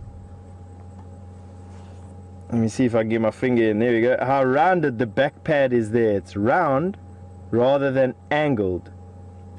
And front foot, back foot, which tells me that this leopard was walking very, very fast. If the back foot normally registers on the front foot and obliterates the track, when the back foot is in front of the front foot, it means that the leopard was walking faster than normal. Now it could be because this is a downhill, could be because he was in a hurry to get somewhere, who knows. Difficult to tell without having actually seen the action go down. You know, these leopards in this place, I think they must have at a conference and said that I saw enough leopard in April and May, and it's now someone else's turn to find them because they are running circles around me at the moment.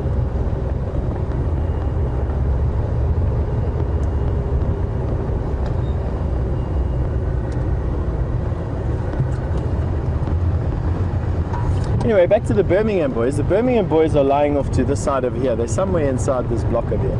We saw them this morning. We were hearing them roaring as well. Definitely listening. When we stopped to them, they were focused into the northeast, and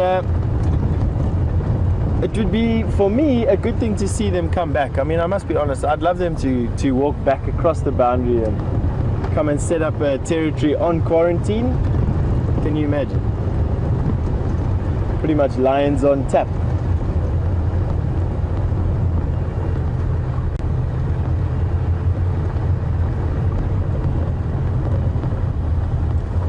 I'm going to take it easy through here just in case these cats are actually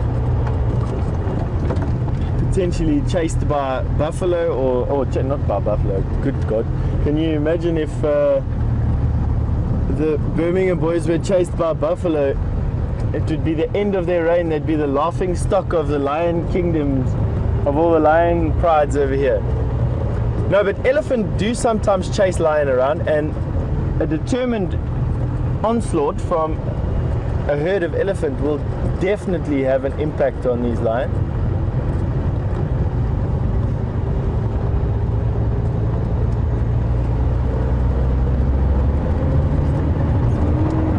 No sign of them at the moment, no sign of their tracks. Right, not a problem.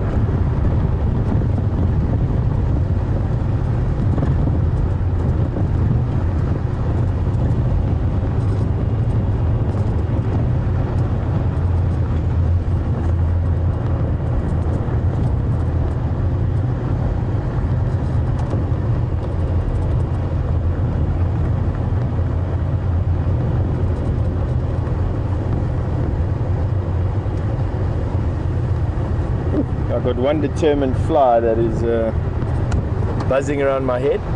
And while we're driving and talking about plants and building materials, etc., Korea from Long Island has asked, do we ever plant any trees in this area?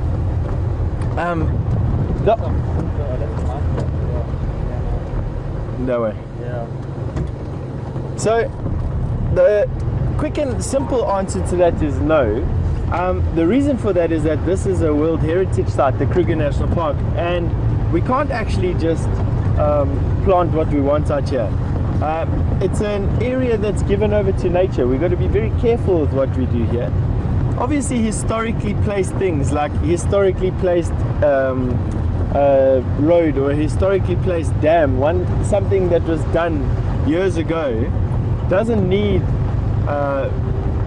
any sort of license to be here. But from when this was turned into a World Heritage Site, and that was in the middle 90s somewhere, anything that happens out here in the Kruger National Park, even down to laying down a brick for something, you have to have an environmental impact assessment done. And part of the environmental impact assessment is going to say that you can't plant things. It's not natural to plant things out here. So we don't plant things out here. We leave nature to do what it needs to do. I'd say the only thing that we do is do controlled burns. And the reason for that is that natural fires, if they were to be left unchecked, would burn too much private property, and people with businesses on those private properties wouldn't be able to run those businesses. Djuma wouldn't be able to operate, for instance, if we allowed a fire to burn unchecked through all 1,500 hectares of what we've got, which happens literally in the blink of an eye. So we put in backburns, we control fires, and what that does is that it leaves some parts of the bush unburnt. And what happens then is that there's this accumulation of dead material, and when that does catch fire from lightning strike or carelessness, whatever, you can actually set living trees alight, which of course is something that we want to try and avoid at all costs. And so what we do sometimes is set controlled burns. You'll burn at the end of the season. Controlled burning, if your land hasn't burned, starts around about the first 20 mils or so of rain.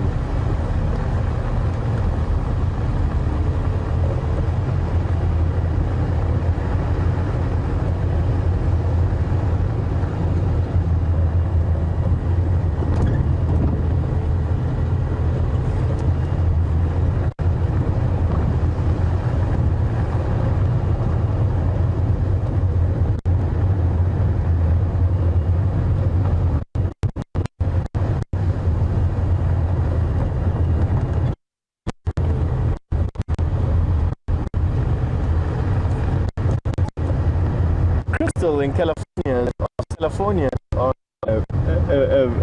a good question. It's a question that's going to get some thought definitely from me. I just want to switch off over here. We got Franklin's giving an alarm call. I've got leopard track on the floor here, and I've got some drive out.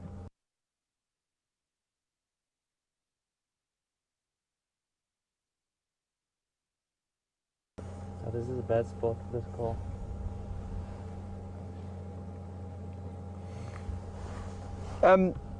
You were asking about sun scald, which is what happens when sunlight burns the base of a tree.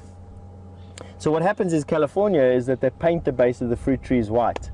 And do we do practices like that in South Africa? Not that I've noticed at all, Crystal. I must be honest with you. There's quite a lot of citrus farming around this area on the outskirts of the reserve. And I've never noticed them painting the bases of the tree white. And then what you've done is you've tried to draw an analogy in the bush, and you say that elephant coat mud. You've seen them coating mud around the trees, and would this help Mother Nature? Once again, also, I don't think so, to be honest. Most of the trees that the elephants use as scratching posts are dead or have a very thick bark. And I think that the trees out here would be pretty resistant to the sun. We're also not that close to the equator. We're temperate where we are at the moment. I think we're at 22 degrees latitude, or something to that effect, I think. So we are just on the Tropic of Capricorn, just below the Tropic of Capricorn, just south of the Tropic of Capricorn. So we never really get direct sunlight. I'm not sure if California, where you're from, is on the Tropic of Cancer. Be interesting to see. But from what I've seen, no. The answer to that question is no. Now this Franklin has stopped calling here.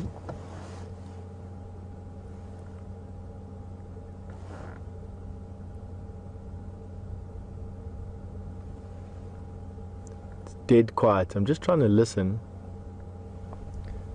We've got a beautiful view west across the bush. I'll give you an example of where the bush stops. Basically, where those mountains are, maybe 5 kilometers past those mountains is where the bush stops. That's how much land here is for the animals to roam in. That's roughly about 40 kilometers from where we are. Those mountains lie about 60 kilometers from where we are now.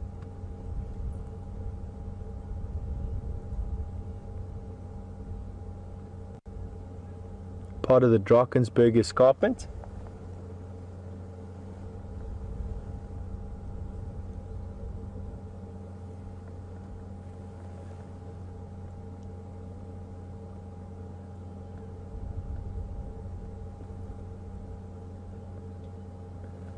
still just busy listening at the moment to the bush.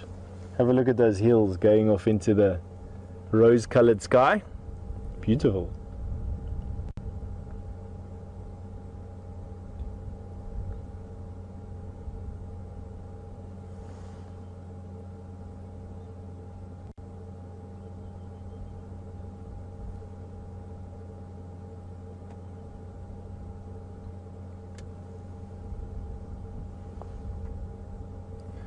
We're going to stay here for sunset. It looks like it's going to be such a beautiful sunset. A bit hazy.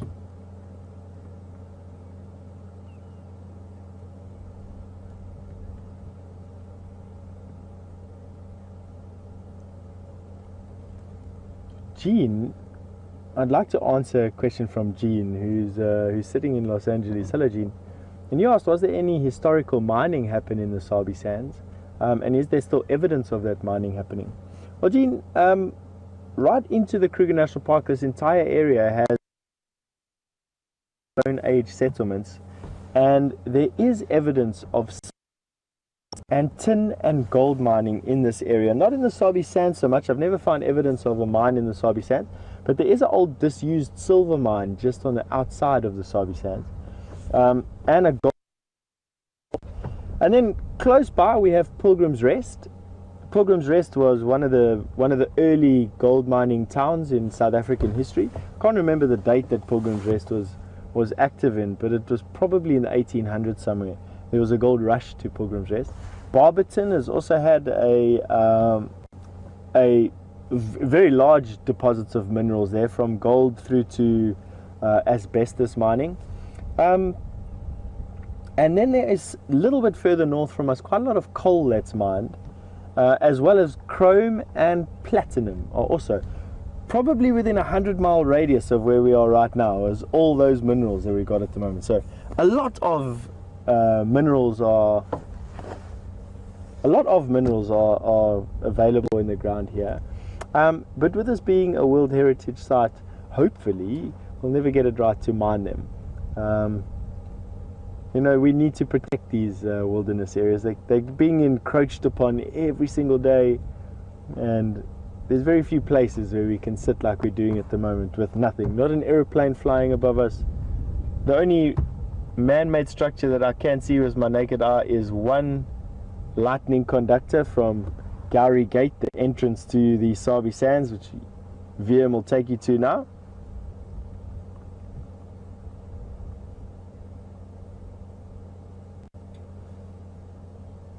There, just left of the sun, you should start seeing a pole. There we go. That's a lightning conductor. That is literally the only man-made structure within kilometers of where we are. Animals just get to roam and go where they want, doing what they please.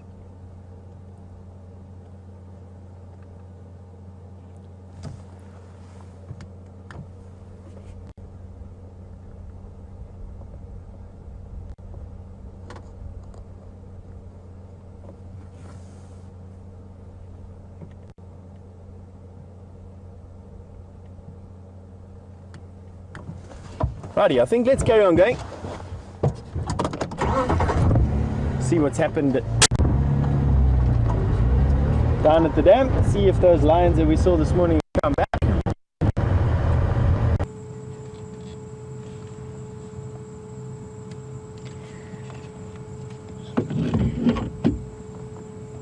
Welcome back, and we do apologize for that sudden transition, but definitely not a bad view from where I'm sitting, and I'm sure you'll feel the same. And so far, no action from Sindile. I'm still determinedly waiting here. I'm sure the shadow is somewhere in the area, and I'm waiting to see as the sun starts to set and the leopards get active again, to see if Tingana starts to call from where I last saw him. And I did hear a report on the Game Drive channel that there was a male leopard calling right to the west of our boundary of Arathusa, and that could well be the Anderson male. And I'm hoping that Tingana might call in response. And what a special view Brian and I are being treated to. I don't know how many people can say they watched the sun go down next to a year-old leopard cub, but it's a pretty special moment that we've got all to ourselves and that we get to share with you.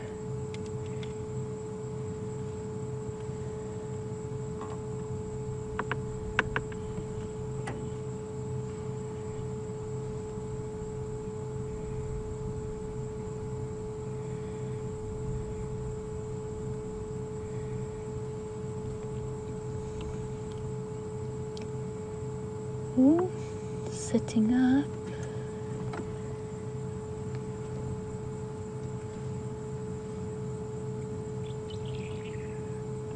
And we were asked a little bit earlier as to who first saw Sindile, and Tina's given us an update. It was indeed one of the guides, Neil, who then told Peter Pretorius about the existence of Shadow's little cub, Sindile.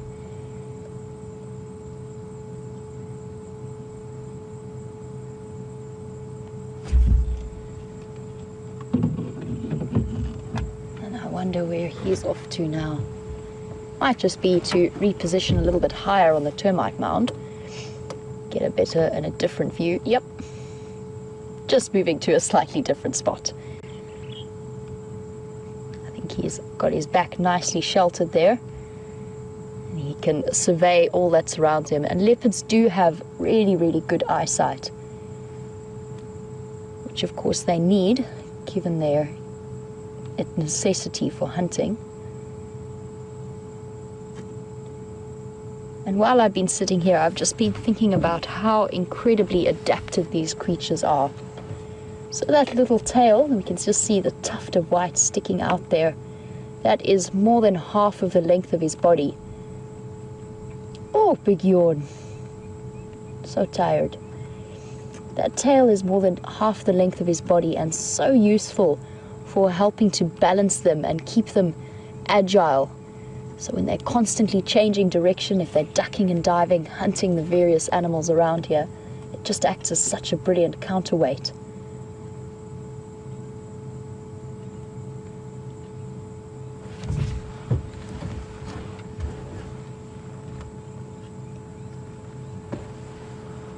Just getting comfortable, tucked in his little termite mound. I'm not sure what he's... Ah, I see what he's seen. He's going to... There's a couple of francolins coming along to the left of us, and I think he's planning on stalking them. They haven't noticed him.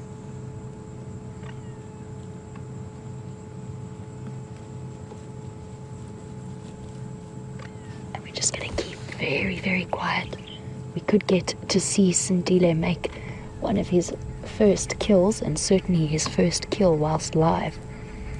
He's gone into perfect hunting mode, just as we were talking about how wonderful they are at hunting.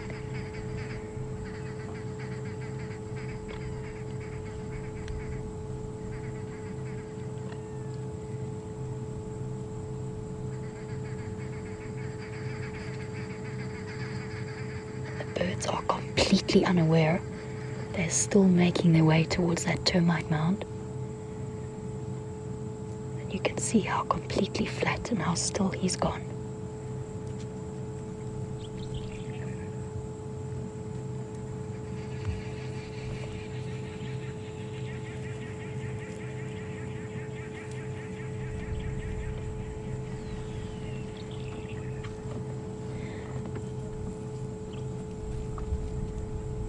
One of the essential things about being a leopard hunting is you've got to learn patience, which I think he's got down.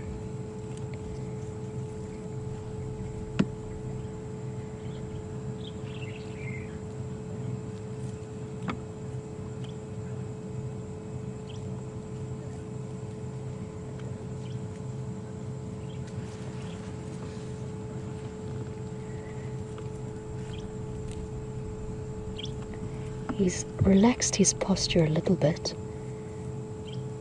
but he's still very, very low. And he's got his eye on one of them that's just advancing up the termite mound in front of him.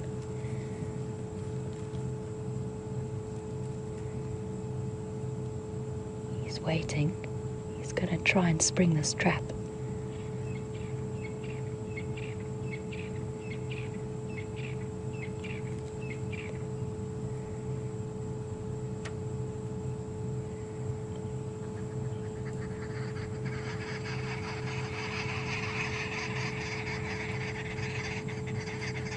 The bird is still completely unaware that he's there, and it's walking right towards him.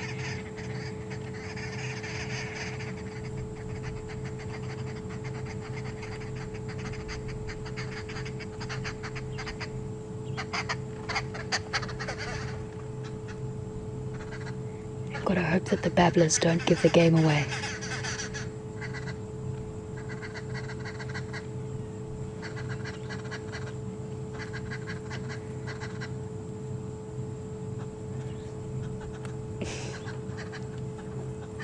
The bird appears to have changed his mind. And that might just have saved its life. A couple more steps, and I do think that Sindile would have pounced on it. He's still very, very still. I think he's just biding his time.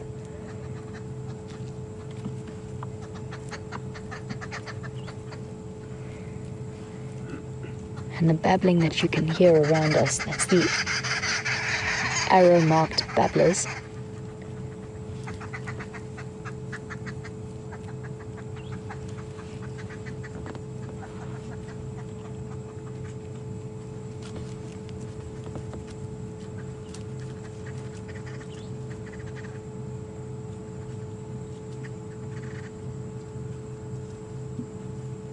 Sindile, I think you might have missed your chance, little one. Oh?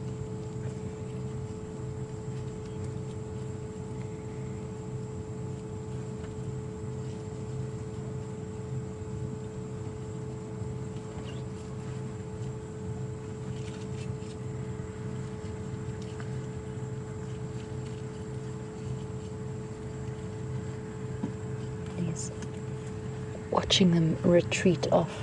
I don't see any stragglers, and most of the group have now moved off in front to the right of my car.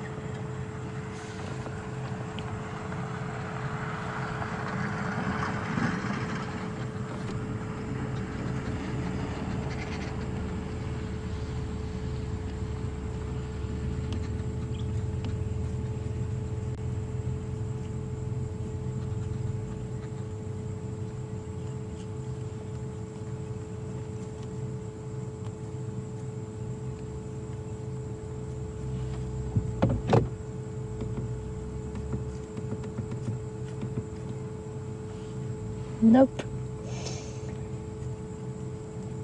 That didn't work out. Better luck next time. Although he does seem to be crouching. He's observing something again. The arrow-marked babblers have spotted him and are making quite a noise. And he's settled back again. I think the babblers might have given the game away. That was exciting. I was almost certain for a moment that he was going to go and grab one of those birds. And there's one of the culprits for all of that noise that we're hearing.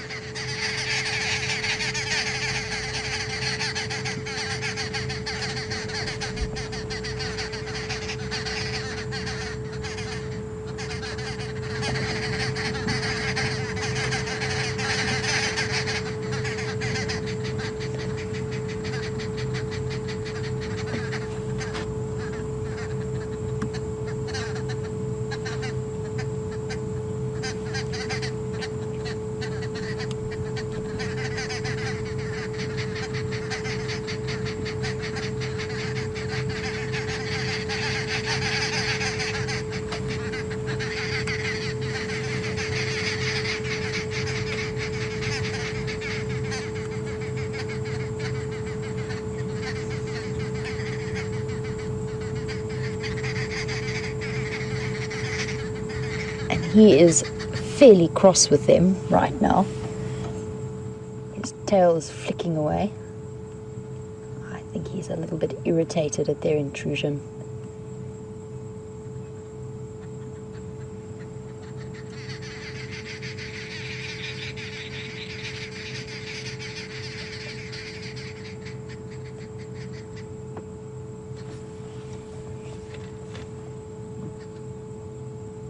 So that was some very, very interesting interaction there.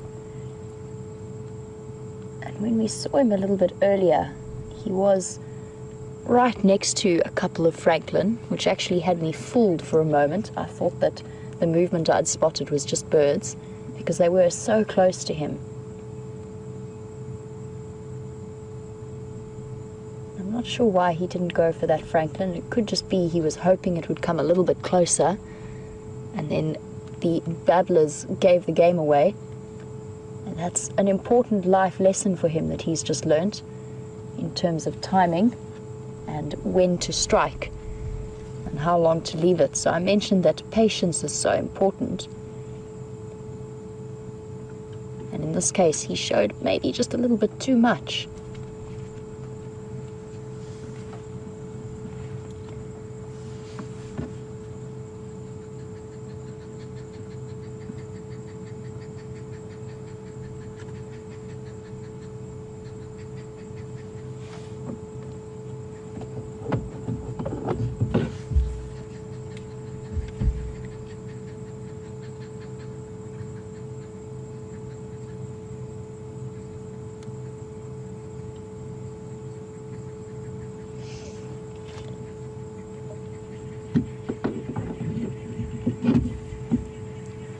This is the perfect time, sort of now and the next hour or so into the evening, will be the perfect time for leopards to start moving about.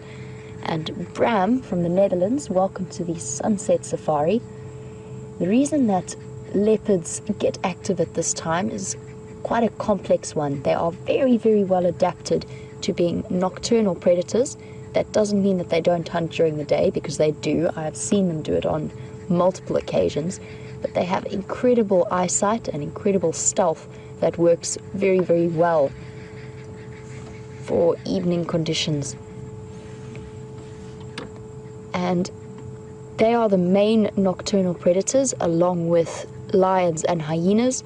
And it's just a way of, if you have that division between diurnal and daytime hunters and nocturnal hunters, it works quite well as a way of reducing competition. So cheetah and wild dog, they stay away from the larger nocturnal predators, and leopard, spotted hyena, and lion are the stalkers of the night, so to speak.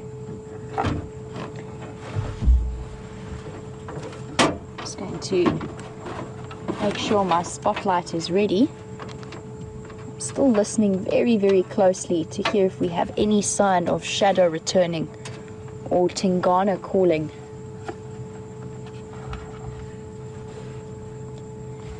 And very often when we do see big cats yawn like that and lick their feet, it's often, if they yawn repeatedly, it's often an indication that they're thinking about getting up. It might take them a moment or two, a couple of minutes, but very, very often that yawn means action time.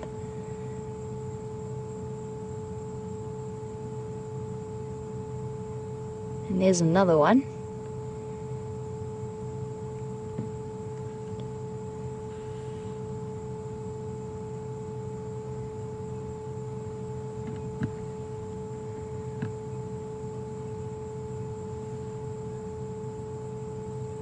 I wonder what he's thinking about.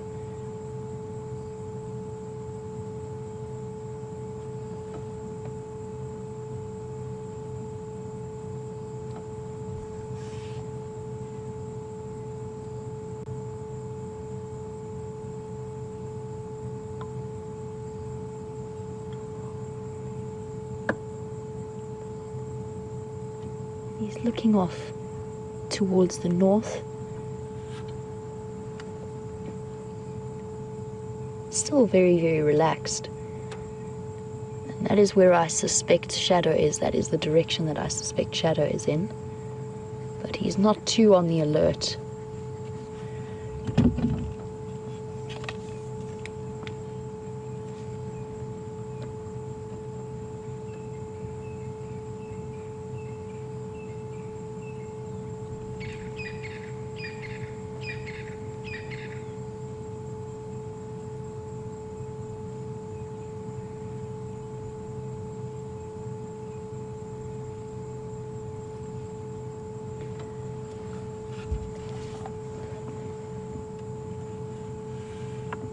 We're sitting with a very, very flat cat, and we were talking about nocturnal predators, including the lions and the spotted hyenas. And we were fortunate in the last few weeks to be able to know where the active hyena den was and sit with them on the odd morning and spend some time with those adorable cubs. And Teresa, you were wondering where they are at the moment. And I have to be honest, both Steph and myself have been struggling to find where that new den site is. They've moved away, and I'm still not entirely sure. I did promise I would find it, and it is very, very difficult when we are driving morning and afternoon, because you need to get there at exactly the right time to see if it's an active den. And I know Steph today on his sunrise safari found somewhere that he thinks is a possibility, but still not entirely sure. And I still strongly suspect that they are around the drainage line just to the northwest of where they were denning before. The unfortunate nature of that area is that there's about 50 different termite mound possibilities. And I have tried to check the various areas. It has been a little bit tricky. But I promise you, Teresa, I will let you know as soon as we do. We will keep looking. We have not given up. They can't have gone too far. That tiny cub is very, very young still, which makes me think that they're still going to be somewhere in the vicinity of that active den. And on the subject of hyenas, I mentioned sometime recently that I really want to see a brown hyena while I'm on Djuma. I have seen them in the past. But John, you were wondering what other animals are on my bucket list, so to speak, whilst I am working at Djuma. And for those of you who don't know, it's one of these weird things, but I've never seen an aardvark. Despite the fact that I've grown up in this country and I've spent a great deal of time in the bush, including in the Kalahari region, where you do see them with much more frequency than you do in a savanna area like this, and I still haven't seen one. Now, I would like to say aardvark, but I'm feeling less than well disposed towards them after my morning adventures. But definitely aardvark, very, very high on the list. And there we go. I did keep yawning. Not sure if, I think he might just be repositioning. Yep. And isn't he beautiful? Ooh, stalk mode again. There is another francolin making its way along the termite mound, and he's assumed exactly the same position. So let's see if he's learned from his mistake and he gets it right this time.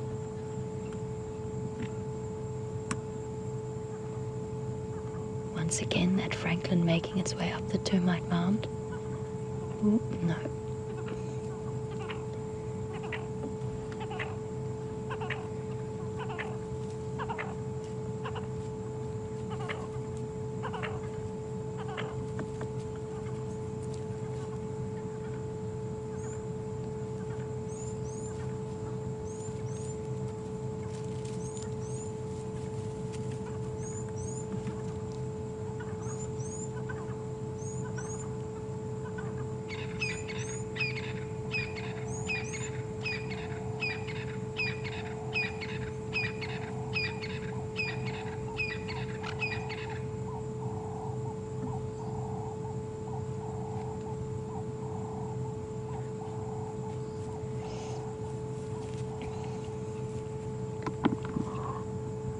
And I've actually just thought of a very good reason as to why he might be reluctant to pounce on those particular birds. And it could well be because francolins make such an incredible amount of noise. We can hear them contact calling now, and that's just their standard evening sound. And it could be that he's hiding that way because he doesn't want them to see him. He doesn't want to alert them to his presence so that they don't alarm call and give away his position. He's still at a very, very vulnerable age, so it might not be that he's completely inexperienced in hunting them.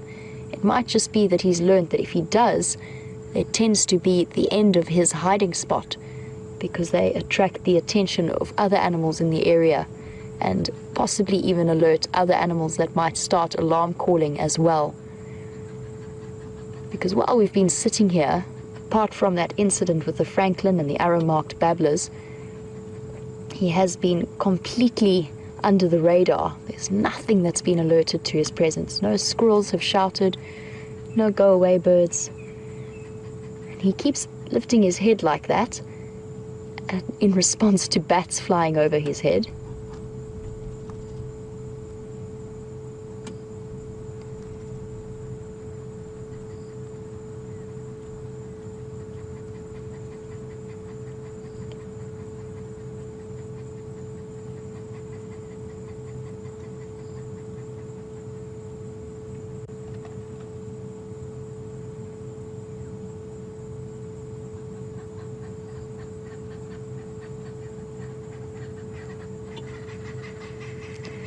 Just sitting waiting for Mom, keeping himself entertained.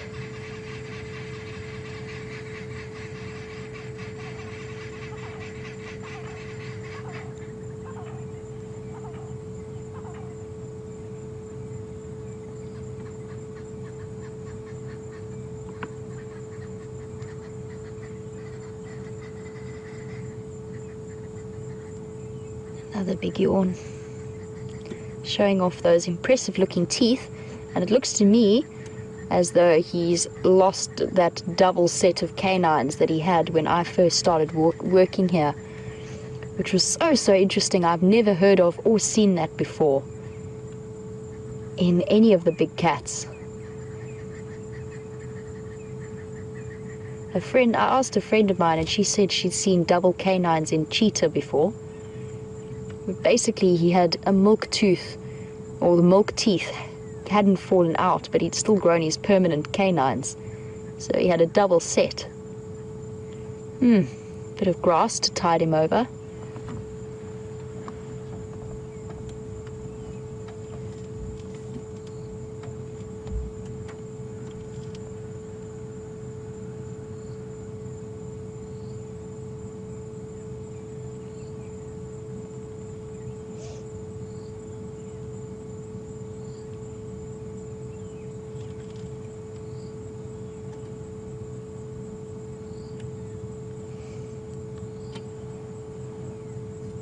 Now, at a year old, I'm much more comfortable sitting with the spotlight, especially in this situation where he's nice and protected and high up on a termite mound. He's old enough now that we can shine a spotlight on him. And I'm also fairly comfortable in the knowledge that Shadow and Tingana are both in the area. And Tingana has shown a very willing acceptance of Sindile.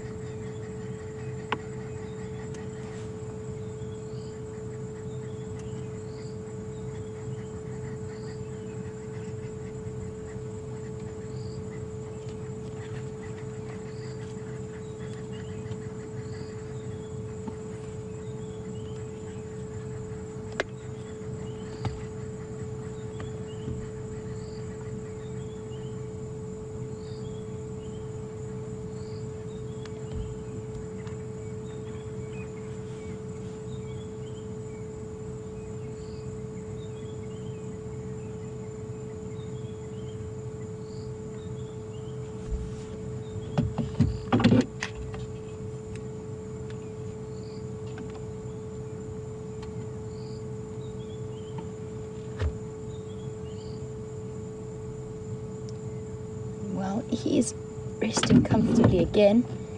He doesn't seem to be showing too much in the way of a sign that he's alert to anything, but I do just want to have a spotlight around and just see if there's any sign of Shadow or Tingana coming through.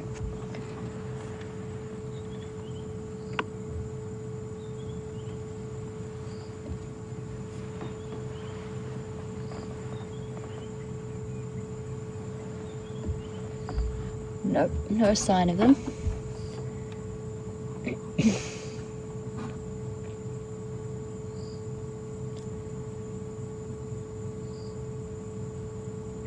And that's absolutely awesome. little leopard cub against a huge African.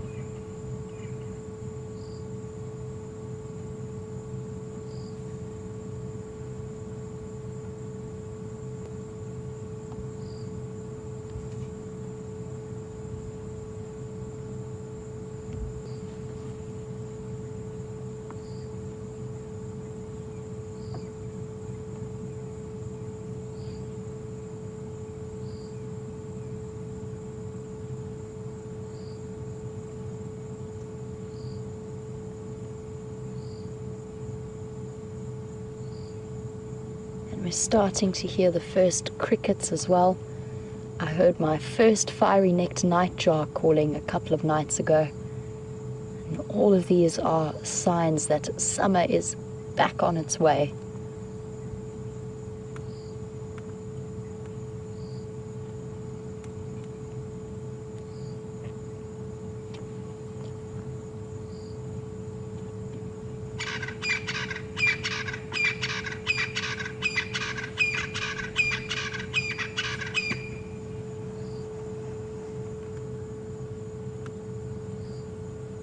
Franklin's calling away in the distance. And what an incredible sunset safari this has been. He certainly came as a surprise. The tracking this afternoon went far better than I could possibly have expected. And even though I for a moment thought that his tail was just another Franklin wandering out from under the drainage line. And really, really valuable time spent with Sindile. We learn so much from observing his behavior and just watching what he's doing. So awesome, awesome afternoon, and so cool that we get to share this with you. And I'm sure you'll all agree with me that he is looking so much more grown up. Just even in the last few weeks, it's just been absolutely phenomenal watching him grow. He really looks like a nice, beautiful adult male leopard now.